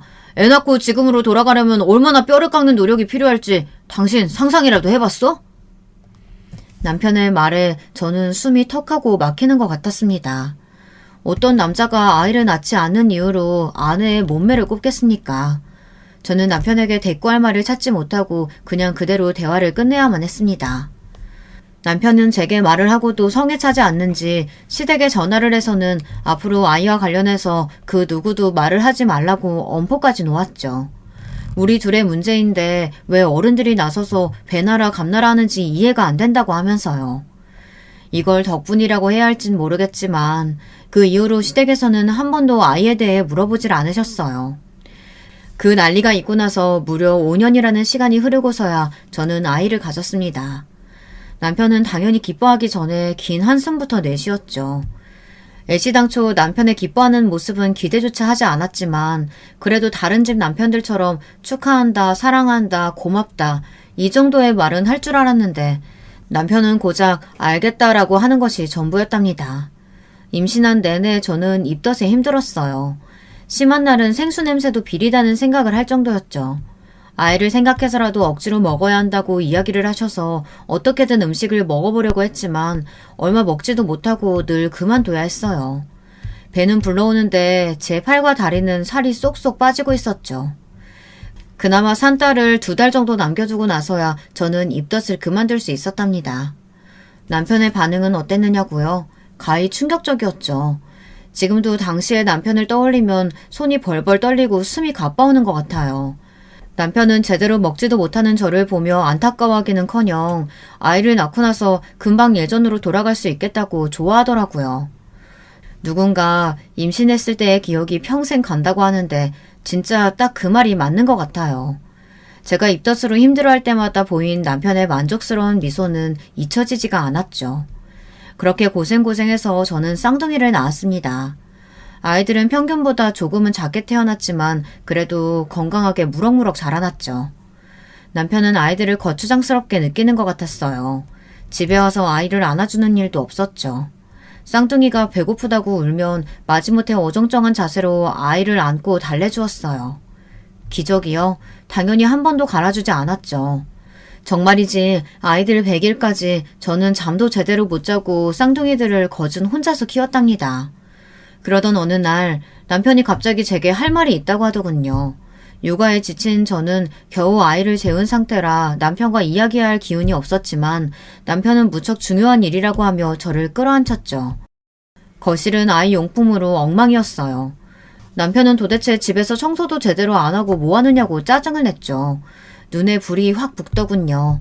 남편의 입을 잡아서 비틀어버리고 싶었어요. 이제 애들 100일도 넘었으니 당신도 관리 좀 해야지. 관리요? 무슨 관리요? 아이들 육아하는 것만으로도 벅찬데 무슨 관리요? 당신 나하고 결혼할 때 했던 약속 잊었어? 아이 낳더라도 절대 퍼지지 말고 예전 모습 유지하기로 했잖아. 지금 당신 모습 보라고 완전히 아줌마 다 됐잖아. 아줌마가 어때서요? 아이 둘을 나 혼자서 키운다는 게 얼마나 힘든지 상상이나 해봤어요? 당신은 집에 와서 나 몰라라 하고 앉아만 있잖아요. 아기를 좋아하지 않아서 그렇다는 말을 할 생각이라면 꿈 깨요. 그럼 청소는 할 수 있고 분리수거 좀 내다버릴 수 있잖아요. 당신은 육아에 조금도 동참하지 않으면서 나더러 이 상황에서 관리를 하라고요? 여보, 그거 다 핑계야. 아이들 잘 때 다 할 수 있는 일들인데 그저 당신 몸 편하겠다고 나 몰라라 하는 거잖아. 핑계? 그럼 당신이 어디 해봐요. 나 없이 아이 둘 케어해보라고요. 얼마나 힘든지. 저는 남편의 몰상식한 말에 더 이상 참지 못하고 소리를 질렀어요. 남편은 그런 저를 이상하다는 듯이 바라보고는 고개를 절레절레 흔들었죠. 그러고는 한다는 말이 집안일을 도와줄 가정부를 불러주겠다고 하더군요. 수입이 얼마나 된다고 가정부를 고용할 생각이냐고 따져 물었지만 남편은 시부모님의 도움을 받으면 된다고 너무 당연하다는 듯 말했어요. 엄마한테 말해서 가정부 고용할 테니까 당신 더 이상 핑계 없는 거다. 알겠지? 당신 이 상황에서까지 가족을 위해서 내가 뭘 하겠다는 건 없군요. 나는 할 만큼 하고 있잖아. 여기서 내가 뭘 더 하라는 거야. 다른 여자들도 다들 그렇게 하면서 애 키워. 긴 말 필요 없고 앞으로 내가 운동 끊어뒀으니까 가서 운동하고 가정부 오면 식단도 내가 말해줄 테니까 챙겨. 저는 남편의 징글징글한 모습을 보며 이혼을 생각하게 됐습니다. 이런 사람이 아빠라면 분명 우리 쌍둥이들도 불행할 것이라고 말이죠. 하지만 생각을 행동으로 옮기는 것이 쉽지는 않았어요. 다음날부터 시댁에서 구해주신 가정부 아주머니께서 오셨고 운이 좋은 것인지 꼼꼼하게 집안일은 물론 아이들 케어까지 완벽하게 채워주셨죠. 물어보니 아주머니께서도 쌍둥이를 키우셨다고 하더라고요. 독박 육아에서 벗어나자 숨이 쉬어지는 기분이었어요. 남편이 끊어준 운동도 처음에는 남편이 전화로 닥달을 해서 갔었는데 가서 한바탕 땀을 빼고 나니 개운한 마음이 들어 나중에는 즐거운 마음으로 갔습니다. 남편은 당연히 아이 문제에 대해서는 전적으로 저에게 맡겼어요. 저는 복직하면서 아이들을 도서관 옆에 어린이집에 맡겼고 출퇴근을 함께 했죠. 남편과 대화하는 시간도 점점 줄어들기 시작한 것도 이때부터라고 생각해요. 남편도 일이 바쁜지 툭 하면 야근이었죠. 저희 집 식탁이 4식구로 채워지는 일은 일주일에 손꼽을 정도였답니다. 하루는 쌍둥이들을 양옆에 앉혀두고 이유식을 먹이느라 정신이 없는데 남편이 한마디 하더군요. 당신 요즘 운동은 나가는 거야? 아침에 수영 나가는데 왜요? 아니 수영 말고 필라테스 같은 운동은 어때? 갑자기 필라테스라니 뜬금없이 무슨 소리예요? 라인이 엉망이잖아. 당신 배 나왔다는 사실 알아? 예전에는 안 그랬잖아. 아랫배가 그렇게 나와서는 엉덩이도 예전 같지 않고. 당신 허리 라인이 무너졌다고. 약속이 다르잖아. 그놈의 약속. 당신은 나더러 뭘 얼마나 더 하라고 그러는데. 내가 연예인도 아니고 도대체 당신은 무슨 생각인지 모르겠어요. 연예인이 별거야? 다 노력을 그만큼 하는 거지. 당신도 좀 노력하라고. 하고 있잖아요. 얼마나를 더 해야 당신 성에 차는데요. 거울을 좀 봐. 당신 지금 어떻게 보이는지. 돼지처럼 뒤룩뒤룩해서는. 남편은 먹던 숟가락을 식탁에 세게 내려놓더니 밥맛 떨어진다며 자리를 박차고 나가버렸죠. 기가 막혔어요. 인간이 저래도 되나 싶었죠. 어리둥절하면서 저를 바라보는 아이들에게 억지 웃음을 지어가며 겨우 식사를 마치고 주방에 우두커니 서서 저는 많은 생각을 했습니다. 이제는 남편의 저런 행동이 집착을 넘어 병으로까지 보이기 시작했어요. 얼마를 그렇게 서 있었는지 문이 곧 열리고 남편이 들어오는 소리가 나더군요. 그제야 정신을 차린 저는 이를 악물고 설거지를 시작했어요. 등 뒤로 남편이 다가오는 소리가 들렸죠. 여보, 미안해. 내가 말이 심했어. 남편은 제게 프리지아 꽃다발을 내밀며 사과를 했어요. 연애 시절부터 지금까지 처음 있는 일이었어요. 남편은 원래 식물을 좋아해서 집에도 곳곳에 화분들이 있었는데요. 그럼에도 불구하고 한 번도 제게 꽃다발을 선물한 적이 없었거든요.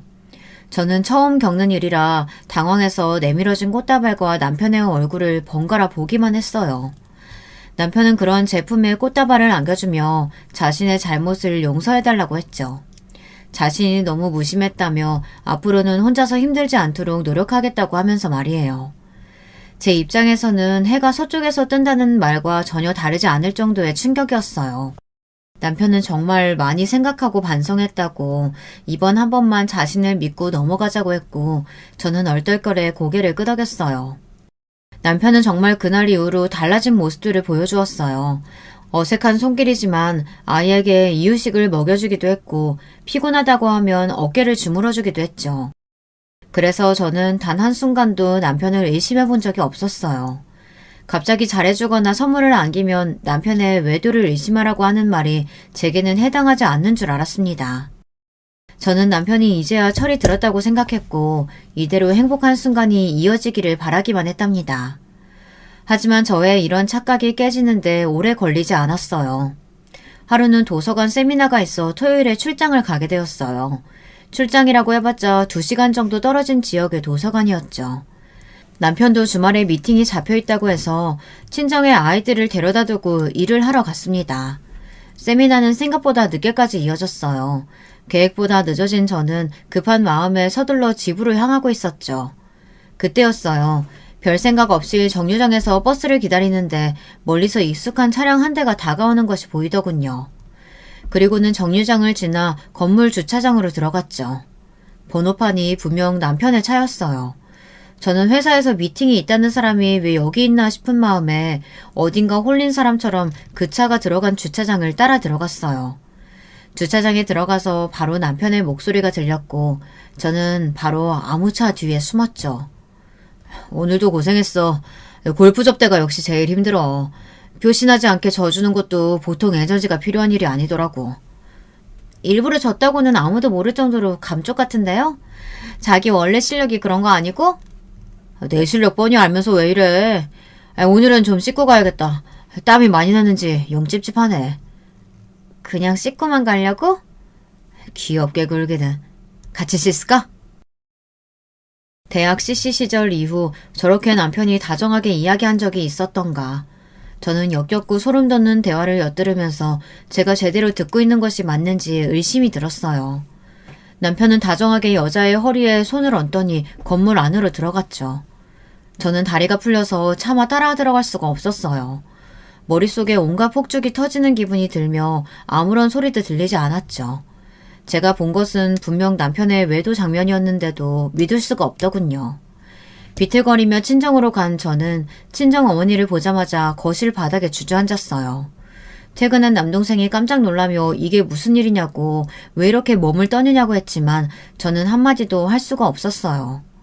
얼마 뒤 남편에게서 회식이 있다는 문자가 도착했고 저는 그걸 보고는 엉엉 큰 소리로 울어버렸죠. 저의 돌발 행동에 아이들도 그리고 친정 식구들도 다들 놀란 얼굴을 하셨어요. 저는 그렇게 울다가 그대로 필름이 끊겨버렸답니다.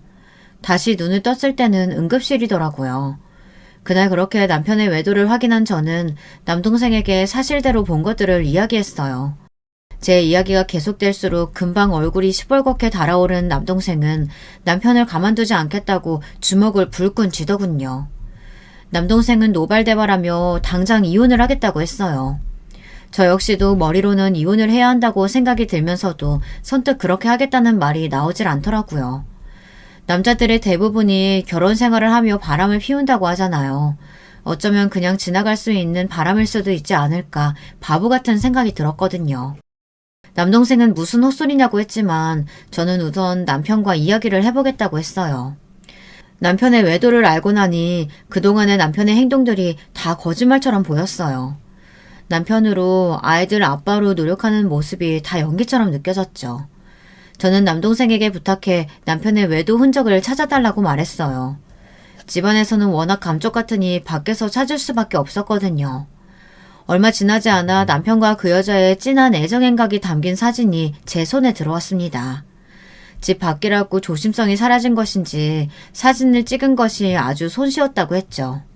대망의 그날 저는 남편에게 사진을 내밀며 여기 찍힌 사람은 누구냐고 물었어요. 남편은 멈칫하더니 뚫어져라 사진을 바라보았죠. 그리고는 바람 빠지는 소리와 함께 몸을 뒤로 한껏 젖히고는 저를 바라보며 어떻게 알았느냐고 묻더군요. 바람 피운 것이 맞기는 하군요. 이 상황에서 당신 어떻게 나한테 이렇게 당당해요? 당신이 알았다고 하니까 말하기 쉬워져서 그렇지. 잘 됐어. 언제 말해야 하나 기회만 보고 있었는데. 뭐라고요? 당신 지금 아이들이나 나한테 미안하다는 생각 전혀 안 들어요? 내가 뭘 미안해야 한다는 소리야? 내가 처음부터 말했지. 결혼하고 나서도 관리하라고. 아이는 필요 없다고. 내 말 무시하고 애 둘이나 낳은 사람은 당신이야. 거기다 퍼지지 말아달라고 그렇게 이야기했는데 눈이 있으면 거울을 좀 보라고. 당신이 어떤 상태인지. 야, 너 말 다 했어? 애는 나 혼자만 드니? 나 혼자 낳았냐고. 지 새끼 나 몰라라 하고 아무것도 안 했으면서 지금 모든 게 다 내 탓이란 말이야? 남편의 변명 같지도 않은 소리에 결국 소리를 지르며 흥분한 것은 제 쪽이었어요. 침착하게 대응하자고 그렇게 다짐했는데 남편의 대꾸에 이성이 날아가는 것 같았죠. 하지만 이어지는 남편의 대답은 상상을 초월할 만큼 더 충격적이었어요. 물론 외도를 했다는 사실만 보면 내 잘못이 맞겠지. 그런데 당신이 날 밖에서 다른 여자 만나게 만들었다니까? 사진을 봐. 당신보다 나이는 1살 더 많은데 자기 관리가 얼마나 확실한가. 들어갈 때 들어가고 나올 때 나오고 얼마나 완벽해. 남편의 말에 저는 수음이 쉬어지지 않는 것 같았어요. 남편은 너무나도 평안한 모습으로 친권도 다 포기할 테니 이혼하자고 하더군요. 제가 먼저 말해도 시원치 않을 상황에서 남편은 당당하게 말했어요. 남편은 위자료는 줄 수 있지만 양육비는 보내지 않겠다고 말했죠. 자신이 원해서 태어난 아이가 아니니 자신이 양육비를 줄 이유가 없다고 말이에요. 남편은 10년 묵은 채증이 내려갔다는 얼굴로 이야기는 변호사를 통해서 하겠다고 하며 가벼운 발걸음으로 가방을 싸서 나가버렸어요. 그러면서 나머지 짐은 정리해서 보내달라고 하더군요. 남편에게 외도 사실을 추궁하려고 만든 자리였는데 모든 것이 엉망이 되어버렸어요. 저는 그런 남편에게 제대로 된 화도 내지 못하고 끝나고 말았답니다. 남동생이 소개시켜준 변호사는 저의 상황을 듣고는 남편을 향해 온갖 욕설을 다 퍼부었어요. 저는 그런 욕이 있다는 것은 처음 알 정도였죠. 저는 어떻게든 두 사람에게 복수하고 싶다고 말했지만 변호사는 위자료 청구 소송을 하는 것이 가장 좋은 방법이라고 하며 오히려 과한 액션은 제게 불리하다고 하더군요. 제가 할 수 있는 일이 소송이 전부라는 사실에 절망감이 밀려왔어요. 나는 용광로에 떨어진 사람처럼 온몸에 불이 붙어 활활 타고 있는데 바람을 피운 남편과 그 상간녀는 행복하게 제2의 인생을 시작한다는 것이 너무나도 화가 났죠. 저를 잘 알고 있는 남동생은 제발 법의 테두리 안에서 행동해야 한다고 이성적으로 보자고 저를 다독였지만 쉽게 진정이 되지 않았어요. 시댁에서는 남편 편을 들며 위자료를 받고 떨어지라는 식으로 나왔어요. 하지만 돈의 문제가 아니었죠. 저는 어떻게 하면 남편과 상간녀를 제가 있는 지옥으로 끌고 내려올 수 있을까 고민했어요. 남동생이 적극적으로 말렸지만 저는 남편과 상간녀에 대해 알아보기 시작했죠. 상간녀는 미스코리아 출신으로 영어 유치원 선생님이더군요. 우선 저는 남편과 상간녀가 새로 이사한 집을 알아냈어요. 그리고 그 옆집이 빈집이라는 소리를 듣고 바로 계약을 하러 갔죠. 하지만 간발의 차이로 다른 사람이 그 집을 샀다고 하더군요. 저는 급한 마음에 집을 샀다는 사람과 연락해달라고 부탁했어요. 부동산에서는 곤란하다는 입장이라 어쩔 수 없이 발품을 팔아야 했죠. 겨우 만난 그 사람은 제 또래의 남자였어요. 저는 제발 그 집을 제게 되팔 생각은 없느냐고 물었죠. 꼭 그 집이어야만 한다고 하며 원한다면 시세보다 더 쳐줄 수도 있다고 했어요. 하지만 남자는 자신 역시 그 집이 아니면 안 된다고 거절하더군요. 제가 무척 간절한 상황이라고 말하자 머뭇거리던 남자는 자신의 목적을 이루고 나면 집을 팔 테니 그때까지 기다릴 수 있겠느냐고 했죠. 그 기간이 얼마나 될지는 모른다고 하면서요. 그 말을 듣는데 뭔가 이상하다는 느낌이 왔어요. 저는 솔직하게 제 상황을 오픈하고 그 집이 필요한 이유에 대해 말했습니다. 제 이야기를 다 들은 남자는 헛웃음을 지으며 얼굴을 감싸주었어요. 한참을 그렇게 있었을까요? 남자가 믿을 수 없는 이야기를 하더라고요. 억지로 꾸며낸 이야기가 아닌가 싶을 정도의 이야기였죠. 그쪽이 말하는 미스코리아 출신의 영어 유치원 선생님, 그 여자가 제 약혼녀였거든요. 2년 전에 제게 사기치고 사라지기 전까지만 하더라도 말이죠. 그게 무슨... 그럼 그 여자가 사기꾼이라는 말이에요? 남자가 말하는 사실은 무서울 정도로 충격적이었어요. 그 여자는 직업을 바꿔가며 남자를 찾아다니는 꽃뱀이었어요. 남자에게 돈을 뽑아낼 만큼 뽑아내면 버리고 다른 남자를 찾아가는 그런 기생충 같은 여자였죠. 그 사실을 듣는데 뭔가 기분이 묘하더라고요. 나와 아이를 버리고 찾은 여자가 겨우 꽃뱀이라니. 아마 남편은 그런 것은 상상도 못하고 있는 것 같아 기분이 좋아질 정도였습니다. 남자는 2년이라는 시간 동안 상간녀를 찾아다녔다고 말하면서 이제야 복수를 해줄 수 있게 되었다고 말하며 웃었죠. 저는 그런 남자의 상황을 너무나도 공감하며 저 역시 같은 상황이라고 말했어요. 그리고 저는 다른 사람들이 알면 미쳤다고 말할 거래를 제안했죠. 바로 저의 재혼 상대가 되어달라고 말이에요. 제 제안에 남자는 눈이 커지며 저를 바라보더군요. 그리고 이내 제가 어떤 의도로 무슨 목적으로 그런 말을 하는지 눈치를 챘어요. 남자는 그런 제 상황에 공감하면서도 쉽게 결단을 내리지는 못하더군요. 하긴 결혼도 하지 않은 총각이 갑자기 호적에 아내가 생기게 되었는데 선뜻 그렇게 하겠다는 사람이 어디 있겠습니까? 저는 금방 농담이라고 말하고는 자리에서 일어나려고 하는데 남자가 그렇게 하자고 하더군요. 저 여자 때문에 나는 전부를 잃었어요. 안 그래도 몸 약한 어머니는 충격을 받아 쓰러지셨다가 더 이상 일어나지 못하셨죠. 내 주변 사람들에게까지 마술을 뻗은 저 여자 때문에 다니던 회사도 그만뒀고 빚쟁이들에게 쫓겨 살아야만 했어요. 그런 시간들에 비하면 결혼이야 아무것도 아니죠. 남자의 사연을 들은 저는 그냥 없었던 일로 하자고 했지만 이번에는 남자 쪽에서 더 적극적으로 나오더군요. 그 여자에게 고통을 줄 수만 있다면 뭐든 다 하겠다고 말이죠. 결국 저희는 전략적 결혼에 합의하면서 호적은 손대지 않기로 했어요. 남자를 저희 가족에게 소개시키자 다들 제가 미쳤다고 생각했어요. 이혼한 지 얼마 되지도 않았는데 갑자기 결혼을 하겠다고 했으니 당연히 저를 믿지 못하셨죠. 하지만 남자는 원래 천성이 그런지 아니면 복수를 위해 이를 갈았기 때문인지 모르지만 금방 저희 가족들 마음을 사로잡았어요. 그뿐만이 아니었죠. 쌍둥이들에게 얼마나 잘하는지 급기야 아이들 입에서 아빠 소리까지 나오게 하더군요. 남자는 이렇게 예쁜 아이들을 낳고 행복하게 살고 싶었다고 말하며 씁쓸하게 웃는데 저도 이 남자도 참 운이 더럽게 없었구나 싶었습니다. 저희의 복수는 남편과 상간녀가 살고 있는 옆집으로 이사가면서 시작되었어요. 저는 변호사를 통해 상간녀에게 위자료 청구 소송을 준비하고 있었죠. 옆집으로 이사를 한 뒤 남편이나 상간녀를 직접 만나는 기회는 잘 없었어요. 저희가 일부러 피하기도 했지만 두 사람 역시 주말에 집에 잘 없더라고요. 이사한 지 보름 만에 남편과 상간녀가 집에 있다는 것을 확인한 저는 옆집에서 인사 왔다고 하며 떡을 가지고 방문했죠. 문이 열리고 저를 본 남편과 상간녀의 표정을 사진으로 담아두고 싶을 만큼 괴상한 얼굴을 하고 있었어요. 남편은 더듬거리며 여기는 어떻게 왔느냐고 소리를 질렀고 상간녀는 스토커냐며 신고를 하겠다고 했죠. 제 앞에서 이혼 이야기를 하며 당당하던 그 사람은 어디 가고 공포에 질린 모습이란 웃음이 저절로 나왔습니다. 저는 어깨를 으쓱하며 전혀 몰랐다는 말투로 대답했어요. 당신이 여기 살고 있는지는 나도 몰랐네. 우리 그이가 여기에 신혼살림 시작하자고 해서 그냥 따라왔거든. 당신이 있는 줄 알았으면 안 오는 건데. 그이? 당신 결혼했어? 언제? 이혼한 지 얼마나 됐다고 결혼을 해, 당신이? 너도 이렇게 결혼해서 잘만 사는데 나라고 하지 말라는 법은 없잖아? 너도 아는 재혼, 내가 왜 못하니?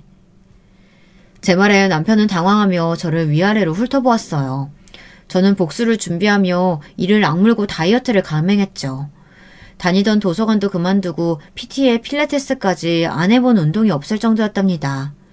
발레를 할 때만큼이나 혹독하게 스스로를 몰아붙였어요. 제가 얼마나 독하게 했는지 개인 PT 선생님께서도 혀를 내두르실 정도였죠. 덕분에 저는 남편이 그렇게 결혼 생활 동안 노래를 부르던 완벽한 몸매를 하고 있었고요. 상간녀를 앞에 두고도 제 몸을 훑어보는 남편을 보며 저는 벌레가 기어가는 기분이 들었지만 모르는 척하고 이렇게 된 거 서로 적당히 몸 살아가면서 지내보자고 말하고는 그 집을 나왔습니다.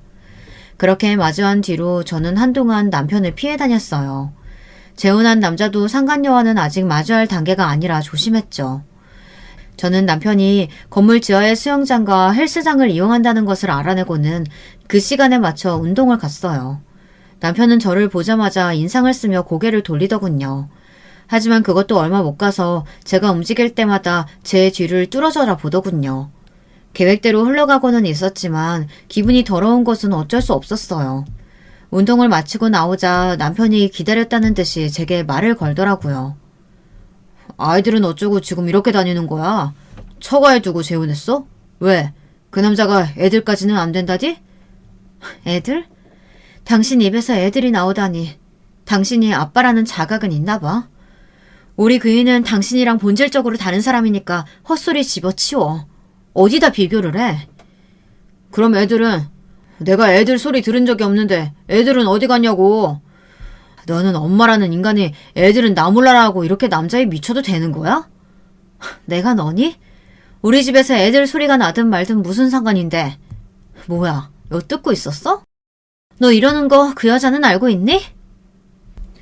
남편은 제 말에 꿀먹은 벙어리처럼 입을 다물었죠. 그때였어요. 때마침 아이들이 큰 소리로 엄마를 부르더라고요. 남자가 아이들을 데리고 잠시 외출하겠다고 하더니만 타이밍 좋게 귀가하는 모양이었죠. 아이들은 품에 요즘 유행하는 인형을 하나씩 안고 있었어요. 아이들은 아빠가 사줬다고 하면서 자랑을 하다가 이내 남편을 발견하고는 사색이 되어서는 남자의 뒤로 몸을 숨겼죠. 남편은 어처구니가 없다는 얼굴로 저를 노려보았어요. 아빠? 지금 저 새끼한테 아빠라고 했어? 내가 버젓이 살아있는데? 웃기고 있네. 양육권이고 친권이고 다 내팽개치면서 아이 원한 적 없으니 양육비는 죽어도 줄 수 없다고 한 인간이 누군데. 말 나온 김에 얘기 좀 하자. 판사님이 매달 100만 원씩 아이들 양육비 보내라고 한 거 너 왜 안 보내니? 그 얘기가 왜 나와 여기서. 말 돌리지 마. 왜 애들이 저 새끼한테 아빠라고 부르냐니까. 그건 우리 공주님들 마음이죠. 그렇게 부러우시면 잘 좀 하지 그러셨어요. 여보, 왜 여기 이러고 있어. 머리는 돌 말려서는. 감기 들겠어. 들어가자. 애들이 엄마한테 자랑해야 한다고 포장도 안 뜯었거든. 저는 남자의 무르르듯 자연스러운 모습에 속으로 혀를 내두르며 남자를 따라 몸을 돌렸어요. 아이들을 양팔에 하나씩 안고 저를 보며 웃는 남자를 남편이 노려보는 것이 고스란히 느껴졌죠. 저는 보란듯이 남자의 팔뚝을 가볍게 잡고는 그 자리를 벗어났답니다. 그 뒤로도 남편과는 몇 번이나 마주쳤어요. 처음에는 저의 의도가 분명했지만 뒤로 가면 갈수록 남편이 일부러 저를 기다리고 있다는 것을 눈치챌 수 있었죠. 한편 상간녀에게 위자료 청구 소장을 보냈는데 그대로 반송되어 왔더라고요. 당연히 저는 반송된 소장과 내용 증명을 직접 들고 옆집으로 향했죠. 상간녀 혼자 있더군요. 저는 소장을 내밀며 왜 반송시키느냐고 물었어요. 상간녀는 이혼하면서 남편에게 위자료를 받았으면서 자신에게 이런 것을 왜 보내느냐고 따졌죠. 그건 이혼의 결정적인 원인이 되는 사람이 남편이니까 남편이 나한테 준 거고요. 당신은 별개의 문제죠. 당신 때문에 나나 우리 아이들이 받은 충격이 얼만데 그건 당신이 보상해야 할 문제잖아요? 자기 남편 간수 제대로 못해서 이혼당한 주제에 누구한테 큰 소리래? 이봐요. 그러게 똑바로 좀 하고 살지 그랬어요. 그랬으면 우리 남편이 나 좋다고 쫓아다녔겠어요? 그쪽은 자기 좋다고 쫓아다니면 유부남이든 아니든 가리지 않고 다 만나고 다니나 봐요. 유부남인 거 알고도 만났으면 당연히 책임이 있죠.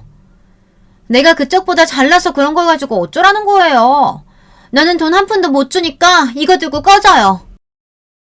제 경고에도 상간녀는 코웃음을 치며 저를 비웃더라고요. 그때였죠. 남자가 약속한 대로 저를 찾아 옆집 벨을 눌렀어요. 저는 손에 땀이 차면서 긴장이 되기 시작했어요. 남자의 얼굴을 본 여자가 어떤 반응을 보일지 궁금했죠. 상간녀는 신경질적으로 문을 열다가 그 자리에서 굳어버렸어요. 남자는 그런 상간녀가 보이지 않는다는 듯 제게 아이들이 기다리고 있으니 어서 가자고 말했죠.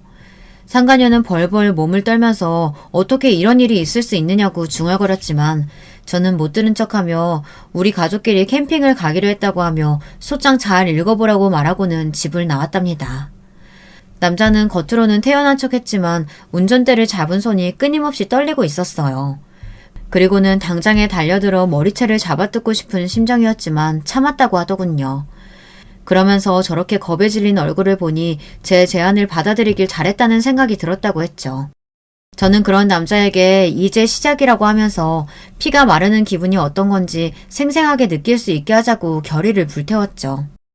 우리는 더 이상 남편과 상간녀를 피하지 않았어요. 오히려 다정한 분위기를 풍기며 다녔죠. 그렇게 당당하던 상간녀는 저와 남자가 보이면 숨기 바빴습니다. 남편이 우리 부부에게 말이라도 건다 싶으면 히스테리를 부리며 빨리 가자고 짜증을 냈고요. 남자는 상간녀에게 혼인을 빙자해 사기쳤다며 가져간 돈은 물론 정신적인 피해 보상을 원한다고 했어요. 상간녀는 거의 발작 수준으로 난동을 피웠어요. 언제적 얘기를 가져와서 고소한다니. 내가 뭘 잘못했는데. 아픈 네 엄마랑 도저히 같이 못 살겠다 싶어서 파혼한 걸 가지고 혼인 빙자 사기라니. 무슨 말도 안 되는 소리야. 나는 처음부터 어머니 모셔야 한다고 했고 너는 기꺼이 하겠다고 했어. 그러면서 나한테 뭐라고 했니? 같이 옷가게 운영해보자고 하면서 가게 알아보고 거래처 뚫고 별짓을 다 했지. 그런데 그 행동 중에 진짜가 하나라도 있었니? 다른 사람이 가게 준비하면서 인테리어 하는 곳을 마치 우리 가게인 양 나한테 보여줬지. 거래처라는 사람들도 하나같이 다 없는 사람들이었고 이렇게 나한테 사기쳤으면서 한다는 말이 파혼했을 뿐이라고? 상간녀는 조목조목 따져드는 남자 앞에서 말 한마디도 하지 못했어요. 남자는 그때 가져간 1억 5천만 원 돌려주지 않으면 사기죄로 신고하겠다고 했죠. 상간녀는 아레니스를 깨물며 그 돈이면 남편에게 아무 말 하지 않겠다고 약속할 수 있느냐고 물었고 남자와 저는 웃기만 할 뿐 대답을 피했답니다. 저희의 이런 반응을 긍정으로 받아들였는지 일주일도 되지 않아 상간녀는 돈을 가져와서는 남자에게 모든 것이 정리되었으니 자신이나 남편을 건들지 말라고 하더군요. 상간녀와의 일과 상관없이 드디어 기다리던 대학 동문회가 열렸습니다. 그 일은 남자와 제가 계약한 일의 하이라이트나 다름없었죠. 호텔에서 열리는 동문회에 저는 그동안 살면서 가장 화려하게 꾸미고 나갔어요. 당연히 남편의 모습도 보였죠. 저와 남편이 어떻게 헤어졌는지 대충 알고 있던 동기들은 남편의 등장에 불편한 기색이 역력했지만 저는 상관없다는 듯이 밝게 웃으며 동기들과 대화를 나눴습니다. 제 눈치를 보던 동기들도 어느새 남편은 무시하고 저와 웃고 떠들며 시간을 보냈답니다. 저는 술을 단 한 모금도 마시지 않았지만 취한 척 비틀거리며 밖으로 나왔어요. 곧 남편이 제게 다가오더군요. 오픈숄더를 입고 있던 제 어깨를 더러운 손가락으로 훑으며 많이 취했냐고 물었죠. 저는 술에 취한 척 비틀거리며 남편의 손길을 피하고는 할 말이 있느냐고 물었어요. 너 오늘 진짜 예쁘구나. 대학 시절 우리과 킹카로 꼽혔을 때보다 지금이 더 예쁜 것 같아. 미스코리아 나갈 정도의 미모의 와이프를 두고 할 말은 아니지. 미스코리아가 대수야. 당신이 지금 내가 반했던 그때 그 모습 그대로야. 남편이 끈적거리는 말투로 다가오는데 정말이지 먹은 것도 없는데 속에 있는 것을 다 개어내고 싶을 정도로 역겨웠지만 저는 비틀거리며 이만 집에 가야겠다고 말했어요. 남편은 너무 취했다고 하며 잠깐 쉬었다 가는 것이 어떻겠느냐고 하며 룸으로 가자고 하더군요. 처음부터 그럴 계획이었겠죠. 저는 거절하며 남편을 밀쳤지만 더 가까이 다가오면서 잠깐 술만 깨자고 하더라고요. 당신 와이프가 알면 어쩌려고 이러는 거야. 됐어. 택시 타고 가면 되니까 이거 놔. 이렇게 취해서 택시는 위험하지. 잠깐 룸에서 술 깨면 내가 데려다 줄게. 어차피 방향이 같잖아. 그리고 와이프가 알면 좀 어때? 그 여자 머리 나빠서 내가 하는 말은 다 믿으니까 괜찮아. 아, 진짜 골빈 여자랑 산다는 게 정말 피곤하더라. 당신이랑 비교하니까. 아휴. 자기 와이프 욕을 서슴없이 하는 남편을 보며 진짜 상간녀도 불쌍한 인간이다 싶더라고요. 저는 비틀거리는 척하며 온 힘을 다해 신고 있던 힐로 남편의 발등을 찍었어요. 숨을 삼키며 소리도 못 지르는 남편을 보고 있자니 기분이 좋다 못해 날아갈 것 같았죠. 저는 1층 로비로 내려가는 동안 무려 5번이나 남편의 발등을 밟았습니다. 아마 발등에 금이 가지 않을까 싶을 정도로 말이죠. 로비로 내려오니 약속한 대로 저를 기다리고 있던 남자가 성큼성큼 다가와서는 저를 부축했어요. 남편은 닥쳤던 개처럼 멍하게 당할 수밖에 없었고요. 남자는 저를 챙겨준 것은 고맙지만 헤어진 사이에 불필요하게 가깝게 지내지는 말았으면 한다고 하곤 저를 데리고 호텔을 빠져나왔답니다. 차에 도착한 저는 숨겨둔 녹음기를 꺼내고는 한참을 웃었어요. 좀 더 세게 발을 밟아줄 걸 그랬나 하면서 말이죠. 녹음된 내용을 들은 남자는 상간녀에게 보내면 되겠다고 하며 같이 웃었죠. 다음날 저는 약간 손을 본 녹음 파일이 담긴 USB를 상간녀에게 보냈어요. 바로 반응이 오더군요. 상간녀는 건물이 떠나가라 소리를 지르며 그동안 자신을 그렇게 생각해왔냐고 난리도 아니었죠. 남편은 저와의 대화가 고스란히 담긴 녹음 파일 때문에 이도저도 하지 못하고 있었죠. 상간녀는 위자료 각오하라고 하며 당장이라도 이혼할 것처럼 굴었습니다. 저와 남자는 이때를 놓치지 않고 이번에는 남편에게 내용 증명을 보냈어요. 상간녀가 남자의 돈을 갚기는 했지만 그건 어디까지나 원금이었잖아요. 위자료도 같이 청구했는데 위자료는 쏙 빼고 사귄 친 돈만 갚았으니 남은 돈도 당연히 받아낼 생각이었죠. 물론 수신자는 상간녀였지만 우리의 목적은 남편이 상간녀의 과거를 아는 것이었거든요. 상간녀와 남편의 입장이 단숨에 역전되었죠. 남편은 꽃뱀이라고 상간녀를 몰아갔고 상간녀는 누가 누구에게 손가락질이냐며 맞서 싸우기 시작했어요. 두 사람이 어찌나 큰 소리로 싸우는지 건물에서는 상간녀와 남편에 대해 모르는 사람이 없었답니다. 남자는 이쯤에서 이사를 가는 것이 좋겠다고 했어요. 더 가까이에서 구경하고 싶은 마음은 굴뚝 같았지만 여기 더 있다가는 우리가 오히려 꼬투리를 잡힐 수도 있었거든요. 이사를 가면서 저와 남자는 처음 이야기한 대로 각자의 길을 가자고 이야기했죠. 남자는 돌아가신 어머니께서 사셨던 집을 수리해 농사를 짓고 살겠다고 말했어요. 저는 친정으로 돌아가는 대신 작은 아파트를 얻었고요.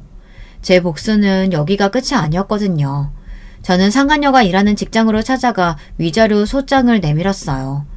남편과 사이가 틀어지면서 스트레스를 많이 받았는지 얼굴이 홀쭉해졌더라고요. 저를 본 상간녀는 이 모든 것이 저와 남자의 계획이었냐고 물었어요. 저는 무슨 이야기를 하는지 전혀 모르겠다는 얼굴로 바라보았죠. 다 꾸민 일이지? 피 말려 죽일 생각으로 말이야. 내가 가만히 있을 것 같아? 당장 싹 다 깜빵에 쳐넣을 거야. 알겠어? 해봐. 내가 뭘 잘못했는데? 재혼이 문제야? 아니면 동문회에 나간 거? 너한테 위자료 청구한 게 잘못인가? 내가 뭘 잘못했는데? 제 말에 상간녀는 입만 벙긋거릴 뿐이었죠. 그도 그럴 것이 저는 법을 어긴 것이 없었거든요. 저는 원장을 포함한 다른 선생님들이 보는 앞에서 큰 소리로 말했어요. 그러게 내 남편이랑 바람났으면 위자료를 제대로 줬어야지. 나 몰라라 하고 질질 끄니까 내가 여기까지 오잖아. 너 지금 여기가 어디라고? 우리 아이들이랑 내 정신적 피해 보상 끝까지 받아낼 테니까 도마칠 생각은 그만두는 게 좋을 거야. 알겠어? 저는 상간녀 보란듯이 어깨를 펴고는 그 자리를 벗어났어요. 그뿐만이 아니었죠. 저는 남편의 회사로도 찾아갔어요. 양육비를 달라고 할 생각이었죠. 그런데 이미 지방으로 좌천되어서 회사에 있지도 않더라고요. 나중에 들었는데 그 남자가 남편 회사 게시판에 글을 올리는 바람에 소문이 났더라고요. 저는 아쉬움에 입맛을 다시며 남편의 회사를 나올 수밖에 없었습니다. 대신 저는 양육비를 내놓으라고 남편에게 정기적으로 내용 증명을 보내고 있답니다. 저의 복수는 그것으로 정리되었습니다. 만족스럽지는 않지만 더 이상 이 일을 끌고 가는 것이 어리석은 생각이 들어 그만뒀어요. 여러분들 생각은 어떠세요? 제가 너무 심한 것 같으세요? 여러분들 생각이 궁금하네요. 마지막으로 저와 함께 복수를 함께 해준 그 남자. 지금 저는 그 남자와 진지하게 만남을 이어가고 있습니다. 같이 겪은 일이 있어서 그런지 정이 좀 들더라고요. 아이들도 잘 따라고요.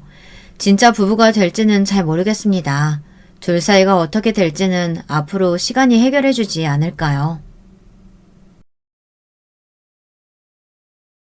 여러분, 두 번째 사연 시작하기 전에 좋아요, 구독 꼭 눌러주실 거죠? 그럼 두 번째 사연 바로 시작합니다. 안녕하세요. 저는 서울에 사는 30대 주부입니다.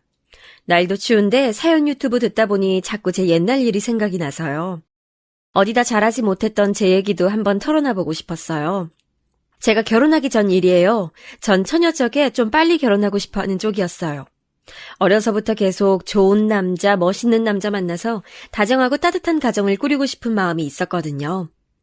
저희 집도 스펙이 나름 괜찮은 편이었고 저도 나름 괜찮은 미대 졸업하고서 그림 활동을 하고 있었어요. 물론 그때 당시에 작가로 어디에 이름을 내걸 만큼 엄청나게 뛰어난 화가는 아니었지만요. 전 저희 엄마 아빠가 워낙 다정하게 잘 사셨기 때문에 저도 그렇게 살고 싶은 마음이 있었어요. 그래서 엄마나 아빠가 여기저기 선자리도 많이 알아봐 주셨어요. 사실 제가 그렇게 인맥이 넓은 편은 아니고 친한 친구들만 깊이 친한 타입이라서 사람을 폭넓게 사귀진 못했거든요.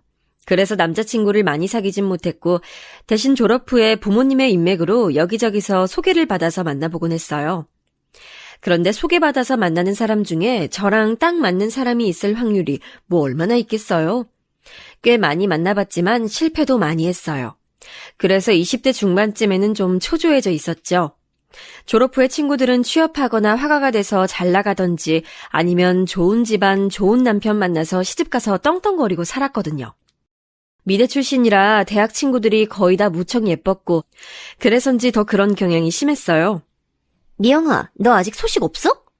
무슨 소식이야, 소식은. 아니, 너 정도 예쁜 애를 왜 남자들이 다 그냥 두지? 진짜 이상하다. 몰라. 지난번에 소개팅한 남자는 자기네 집이랑 우리 집이랑 격이 안 맞는데 재수없어. 뭐래? 대놓고 그런 소리를 한단 말이야? 근데 사실은 우리 집이 좀 애매해서 더 그런 놈들이 나타나는 것 같기도 해.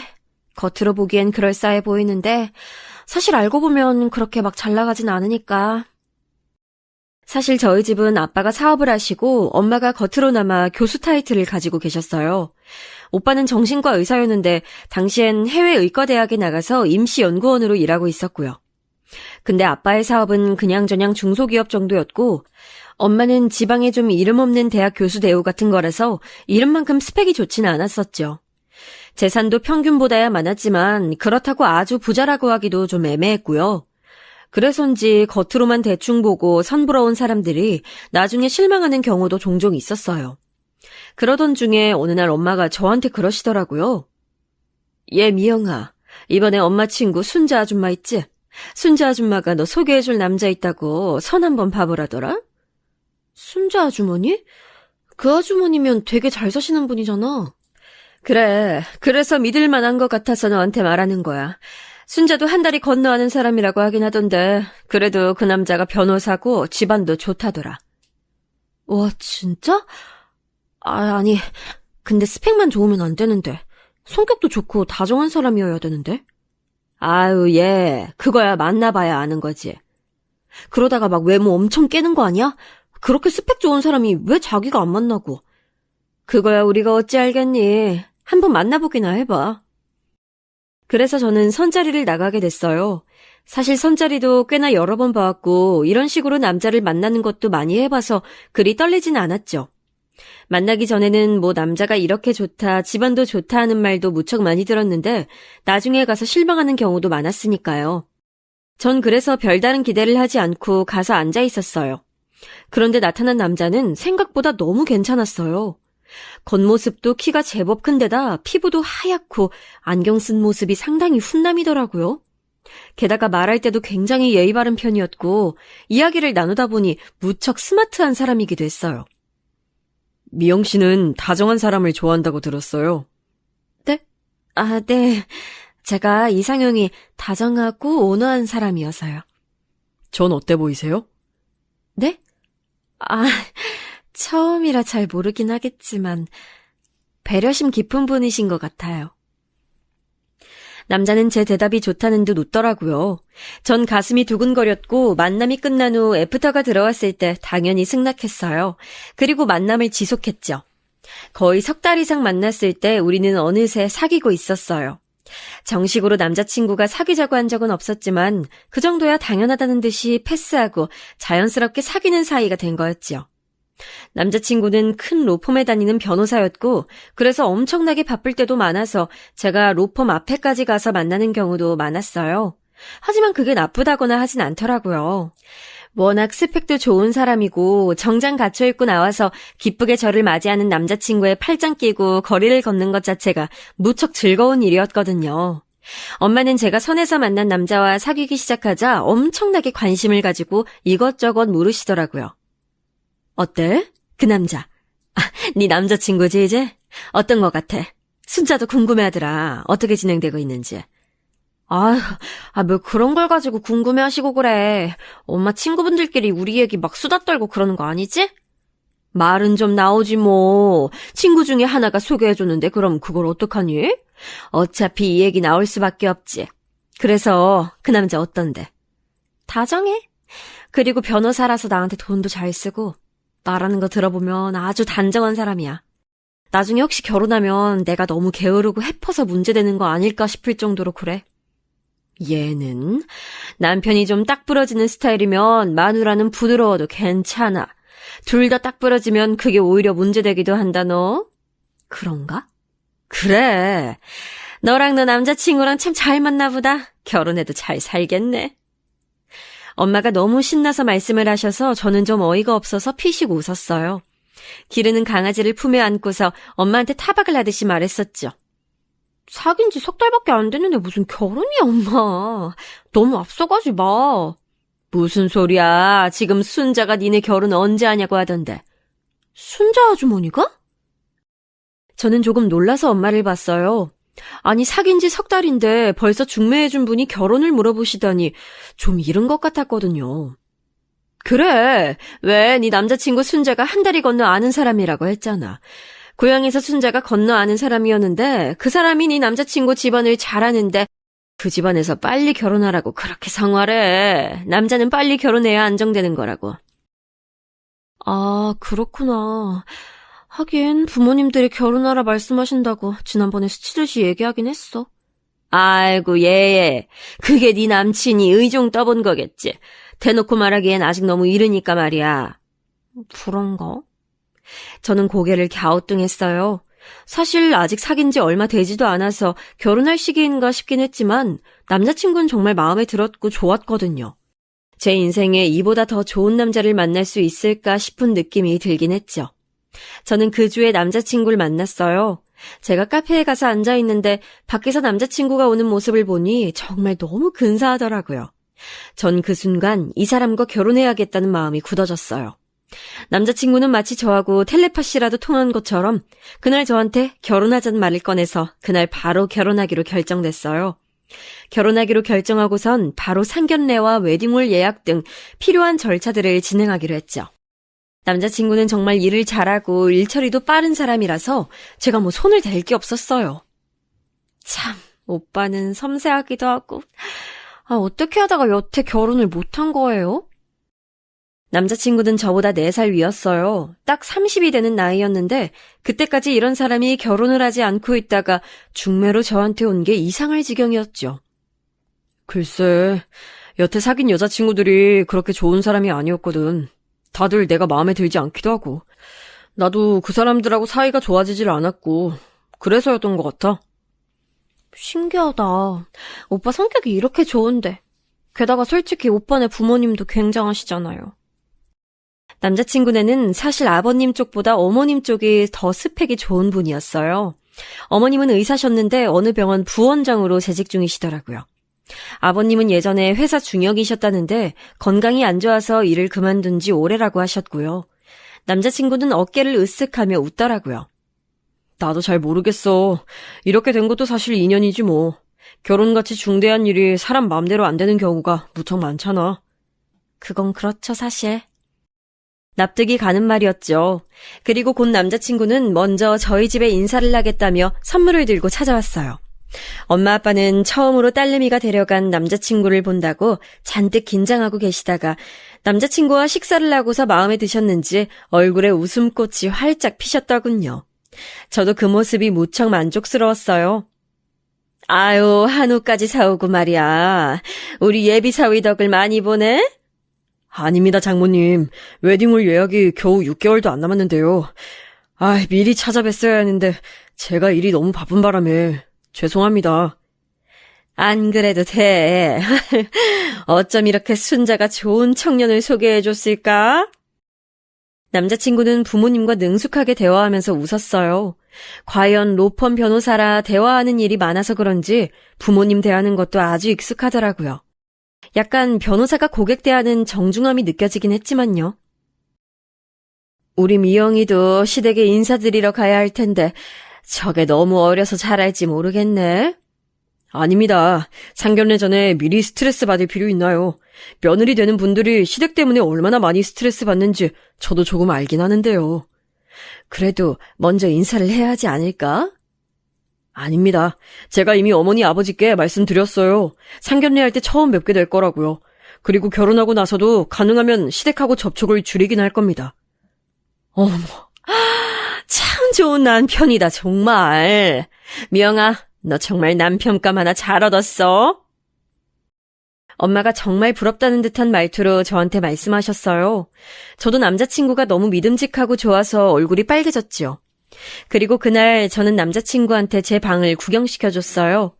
제 방에는 기르는 강아지가 자고 있었죠. 침대 위에서 자고 있는 강아지를 보더니 남자친구가 미간을 약간 찡그렸어요. 그런데 그때 강아지가 일어나더니 침대에서 뛰어내려와서 바닥에 오줌을 쌌어요. 다행히 저희한테서 멀리 떨어진 곳에서 오줌을 싸서 저희 발에 묻거나 하진 않았지만 남자친구가 있는 앞에서 하는 바람에 전 무척 당황했어요. 얼른 휴지를 꺼내 닦는데 남자친구 목소리가 들리더라고요. 더러워. 옆눈으로 흘끗 보는데 남자친구 발이 마치 강아지를 찰 것처럼 살짝 들렸다가 꾹 참는 것처럼 내려지더군요. 남자친구는 싸늘한 목소리로 말했어요. 나이 많아서 너무 아프면 그냥 안락사 시키는 게 어때? 아니, 그렇게 쉽게 그럴 수는... 죽는 게 저 개한테도 나을 거야. 그래도 그럴 순 없어요. 저는 좀 충격을 받았어요. 평소 무척 다정하고 온화하던 남자친구 목소리가 아니었거든요. 나 걔를 싫어하는데 결혼할 때 데리고 올 거 아니지? 그건 아니에요. 엄마 아빠가 무척 예뻐하셔서. 그나마 다행이네. 남자친구는 얼굴을 잔뜩 찡그리고 있었어요. 그는 제가 쳐다보고 있다는 걸 깨닫곤 표정을 펴더라고요. 나 어릴 때 걔한테 물린 적 있어서 걔를 싫어하거든. 남자친구는 저한테 마치 변명하듯이 말했어요. 저는 그냥 그런가 보다 하고 고개를 끄덕였어요. 그런데